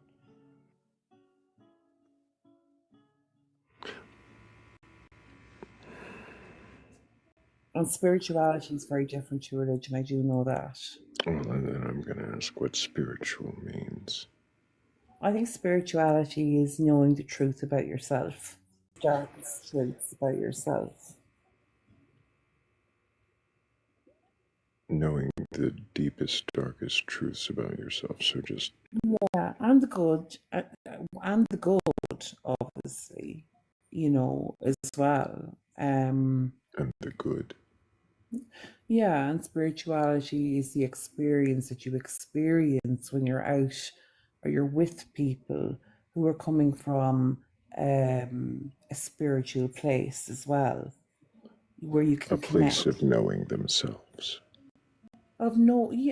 Yeah. So spirituality is being self-aware and connecting with other self-aware people. Yes. What's your definition of spirituality? I don't have one. Are you agnostic or are you atheist? That depends on your definition. Some people would apply both labels. Well, to be an atheist, you believe in nothing. You believe nothing exists, so then you believe in Not something. necessarily. Well, We'll say, hang on. There are some people who believe no gods exist, and there are some people who just don't believe, which might be different, a non-acceptance or a lack of belief rather than a rejection. And both of those types of people might consider themselves atheist. But would one of those not be agnostic? No, one of them would definitely be agnostic. So that's just it. Agnostic just means don't know. Atheist means you don't believe in a god. So Because now I'm wondering, because we're having this conversation, could I possibly be agnostic? in a way, it sounds like you don't know quite how to articulate your beliefs. It sounds like you don't know if you accept that the God is the God that you have been taught, but that you seem to believe or feel that something is there that you want to put, not necessarily labels, but understanding on, whether or not you even understand that it's there. Did I nail it? You did, yeah. Yeah. As well, I thought, okay, I'm going to see if I can actually talk about this, because it is quite hard to articulate. So if you've watched before and seen other people come up and succeed or fail, now you know it's not that easy. No, it's not easy at all. No. I appreciate you giving it an effort, Dee. It does sound like you still have some questioning internally to do to get some of this out, but I think that I can question some of it. But the question is really how willing you are to question and consider the things you don't know as things you don't know, rather. Hmm. Do you mean, yeah, so acknowledging when you, that I just don't know? Yeah, well, I mean, there's a lot of stuff I just don't know. But I do know I have faith in something. Faith in something. But what is that something is the question. Well, it's a spirit, isn't it? It's God. It's the, whatever you want to call it, the universe. It's a force that's greater than us.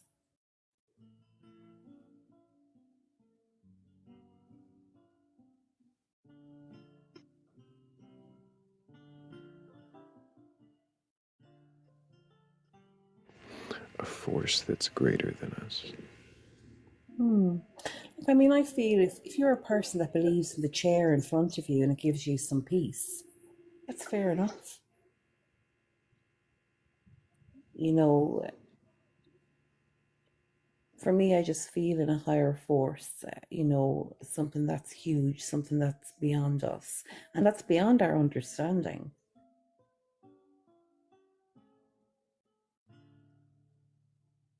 I mean, science at the end of the day stops somewhere.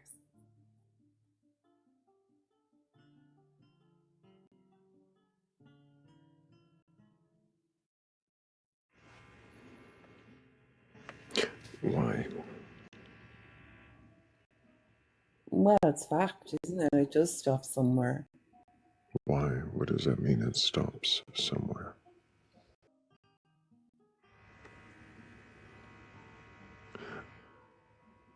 I'm not quite sure I understand what you mean. They can only go so far. Are you saying that science can't ever explain the things that you think are spiritual? Yes. Yeah. And if science were to begin to explain some of those things, Well, then it's going to change my whole mindset, isn't it?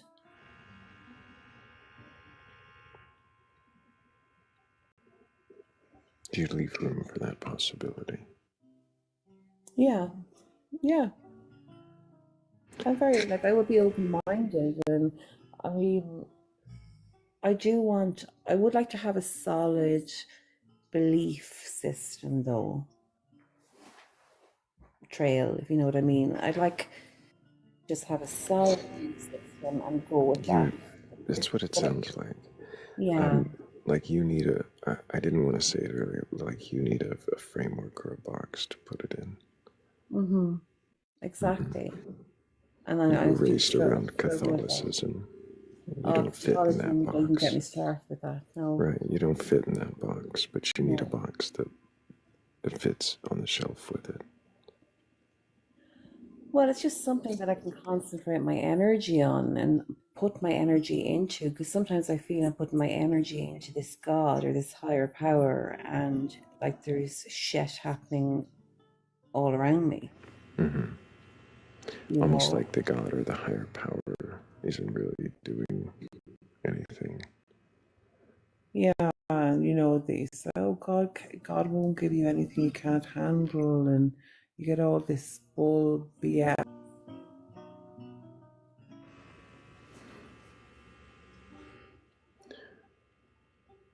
And yet, I've got a son who's 8, and he's in a Catholic school, and he asks me questions, and I simply can't answer them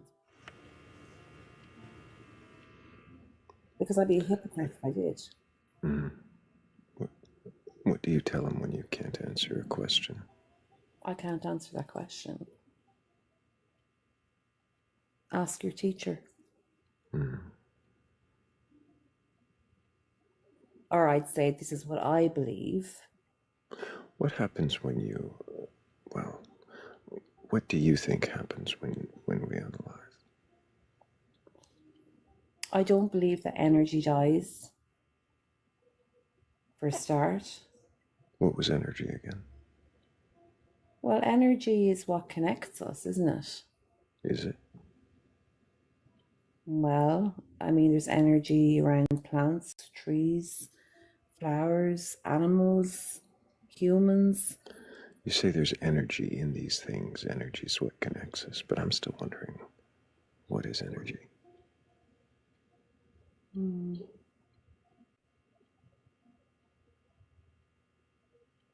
Well,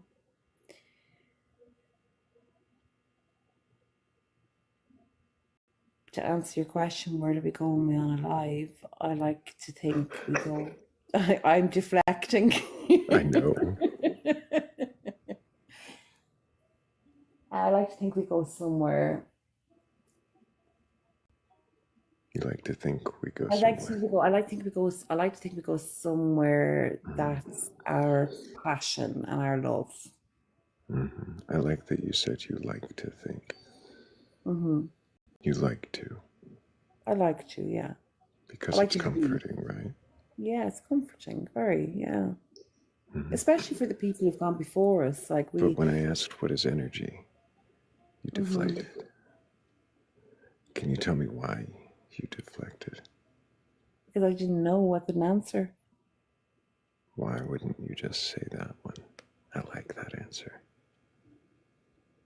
Because I didn't want to sound dumb. Do you think that saying I don't know makes you sound dumb?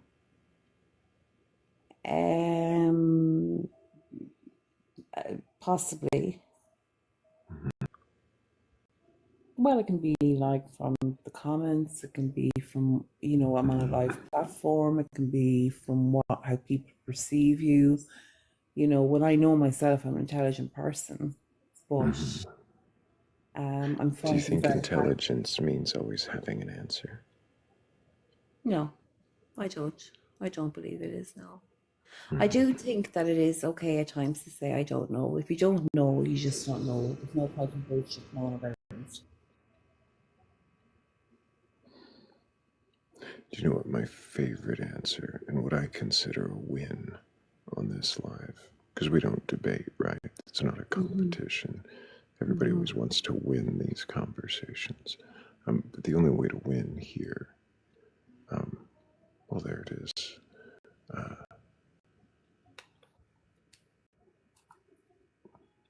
There it is in the comments.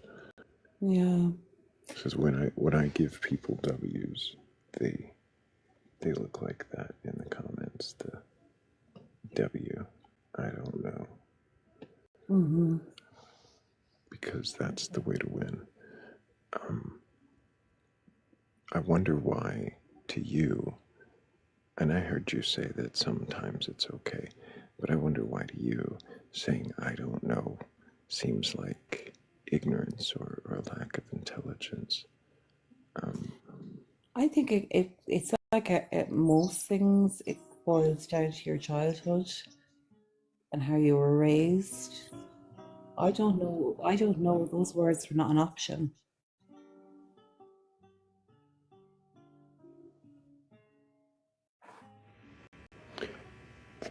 Do you think they should be?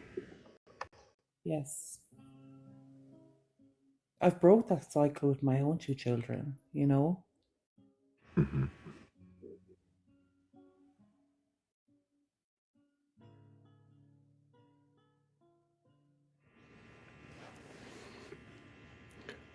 What do I'm learning very little at the moment.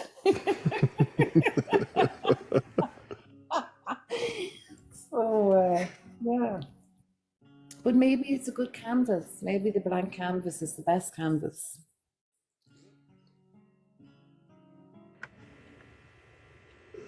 Maybe the best canvas is a blank canvas. Yeah, it's somewhere to start, isn't it? I like that.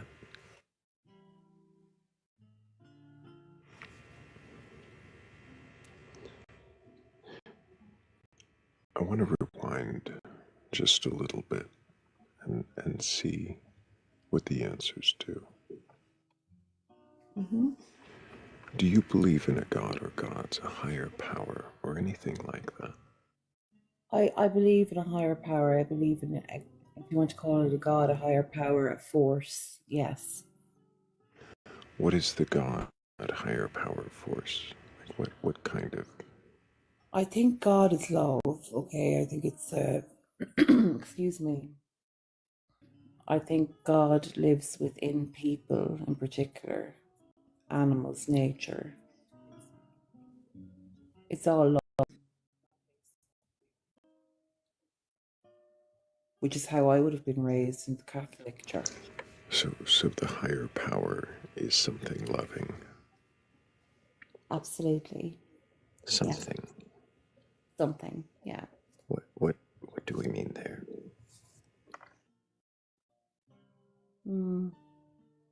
I don't know. How did that feel? Good. Yeah.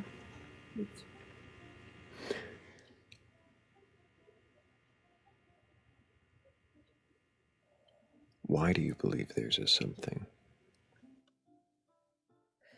Because it gives me comfort. It gives me comfort, especially for our loved ones who've gone before us, to believe that there is a higher power there. Mm-hmm. Is comfort more important than truth? I think at times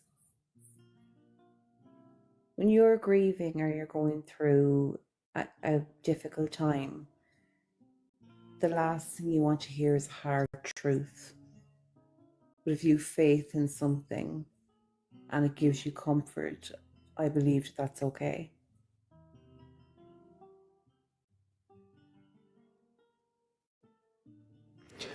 Let me try this. That's like what Rob is saying there. Yes, love is the opposite of fear. Yeah, that was earlier in our conversation. The umbrellas, I remember. But I'm more interested in the truth and comfort. So maybe this common way we phrase the question: would you rather live in a comfortable lie or an uncomfortable truth? Oh, definitely an uncomfortable truth.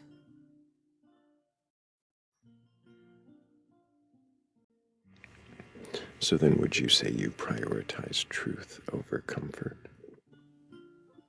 Yes, I would personally, yes. But when you say that there is a higher power, a thing that embodies love, that comes from comfort. But it also How will you know? Sense. It also comes from like a sixth sense.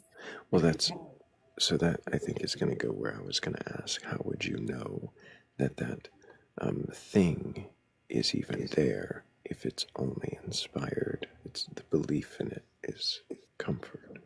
Well, inspired, just to be inspired by it is quite empty, isn't it? You've got to feel it. You've got to feel it within yourself. You've got to feel what within yourself. You've got to feel the power of that higher power.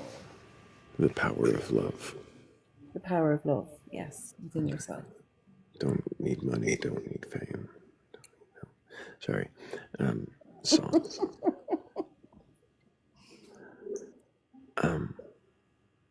So you have to feel the power of love within yourself to believe that there is a higher power of love that will comfort you.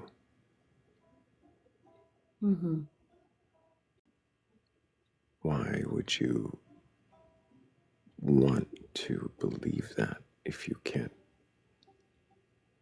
verify that it's really there?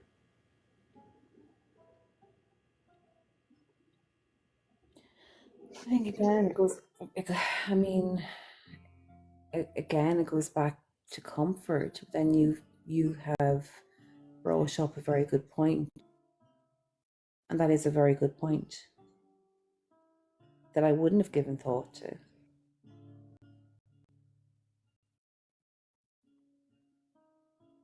Um,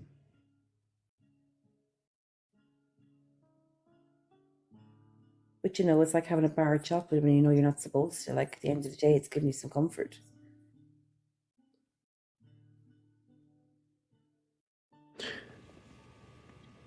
The power of love, which is God, is like a bar of chocolate that you shouldn't have.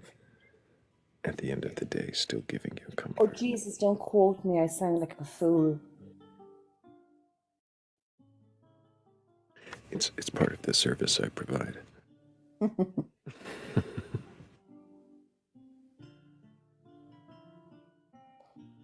Yeah, and somebody just said love and kindness is not always comfortable. No, it's not. You're right. Mm-hmm. Somebody in the comments. Yeah, Moria. If love and kindness aren't always comfortable, then is the higher power that brings you comfort, is it always doing its job? Is it reliable even in that job of bringing you comfort? Well, if it's helping you give love and kindness in an uncomfortable situation, say somebody who's done you harm or done you wrong, is it helping you? Showing them love and comfort, right? Then I believe the higher power is at work. Yes. How is it helping you? I mean, if you're just showing love and kindness in an uncomfortable situation, is that not you doing all the work? No, I think it's giving you an inner strength. How can you verify there is this inner strength? It's a feeling. It's a sensation. A feeling. A sensation. It's like I often say, higher power, just, let me be a vessel for you to work through. Especially on my weakest days when I do have to be strong. How are you? I'm sorry, how are you verifying there's anything there doing any work? It sounds like you're focusing on doing better or loving or putting effort into something. Mm-hmm. Where's the higher power? What's it doing? I feel it's giving me that strength and that hope. And it's given me the ability to show love and kindness when perhaps it's not really deserved. But then the other side of the coin is I would class myself as a loving, kind person anyway.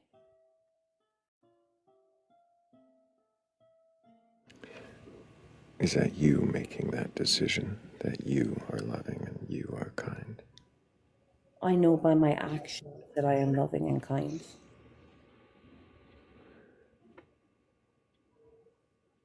But is that you deciding? Is that you saying you know? Could somebody else see your loving kindness as something else from a different perception? Sure. Absolutely. Of course they can. Everyone's perception of people is different. Mm-hmm. If that's the case, then is there this really a God behind any of this? Or is it not just you focusing on the things that you feel are loving and taking some comfort in that loving act? I don't know. Beautiful answer. Frustrating sometimes, but beautiful. Beautiful. I'm grinding my teeth, yes. You're doing well, Dee. I don't know that I expected you to question as much as you have. So you sounded a little more closed at the beginning than I think you are now, and I'm very impressed. So thank you for going through the exercise with me and answering the questions. And thank you for giving me your time and giving me the space to come up and challenge myself. Absolutely. And maybe next time you come back, who knows, I'll have more questions, some of them the same, but who knows, you might have different answers. I may just Well, look, could you have a good day or good morning, I would imagine. Thank It's you. morning. Yes. Yeah. And you have a good afternoon. Okay, thanks very much. Talk to you Thank soon. you. Take care. Take care and keep asking questions. That was a lovely conversation. We had two very great believers with beliefs to question, sounding mercurial, sounding vague, sounding difficult, but also in their finding the questioning. And I mean them finding it, not me. All of your beliefs are worth questioning as far as I'm concerned. It's ludicrous how many assumptions you all make. I really appreciate all of you. I'm thinking, yeah, I'm thinking it might be time to go ahead and find our way to a poem. It'll take me just a moment to proofread this one. I haven't really had an opportunity without extra questioners on the panel, so pardon just a moment of silence.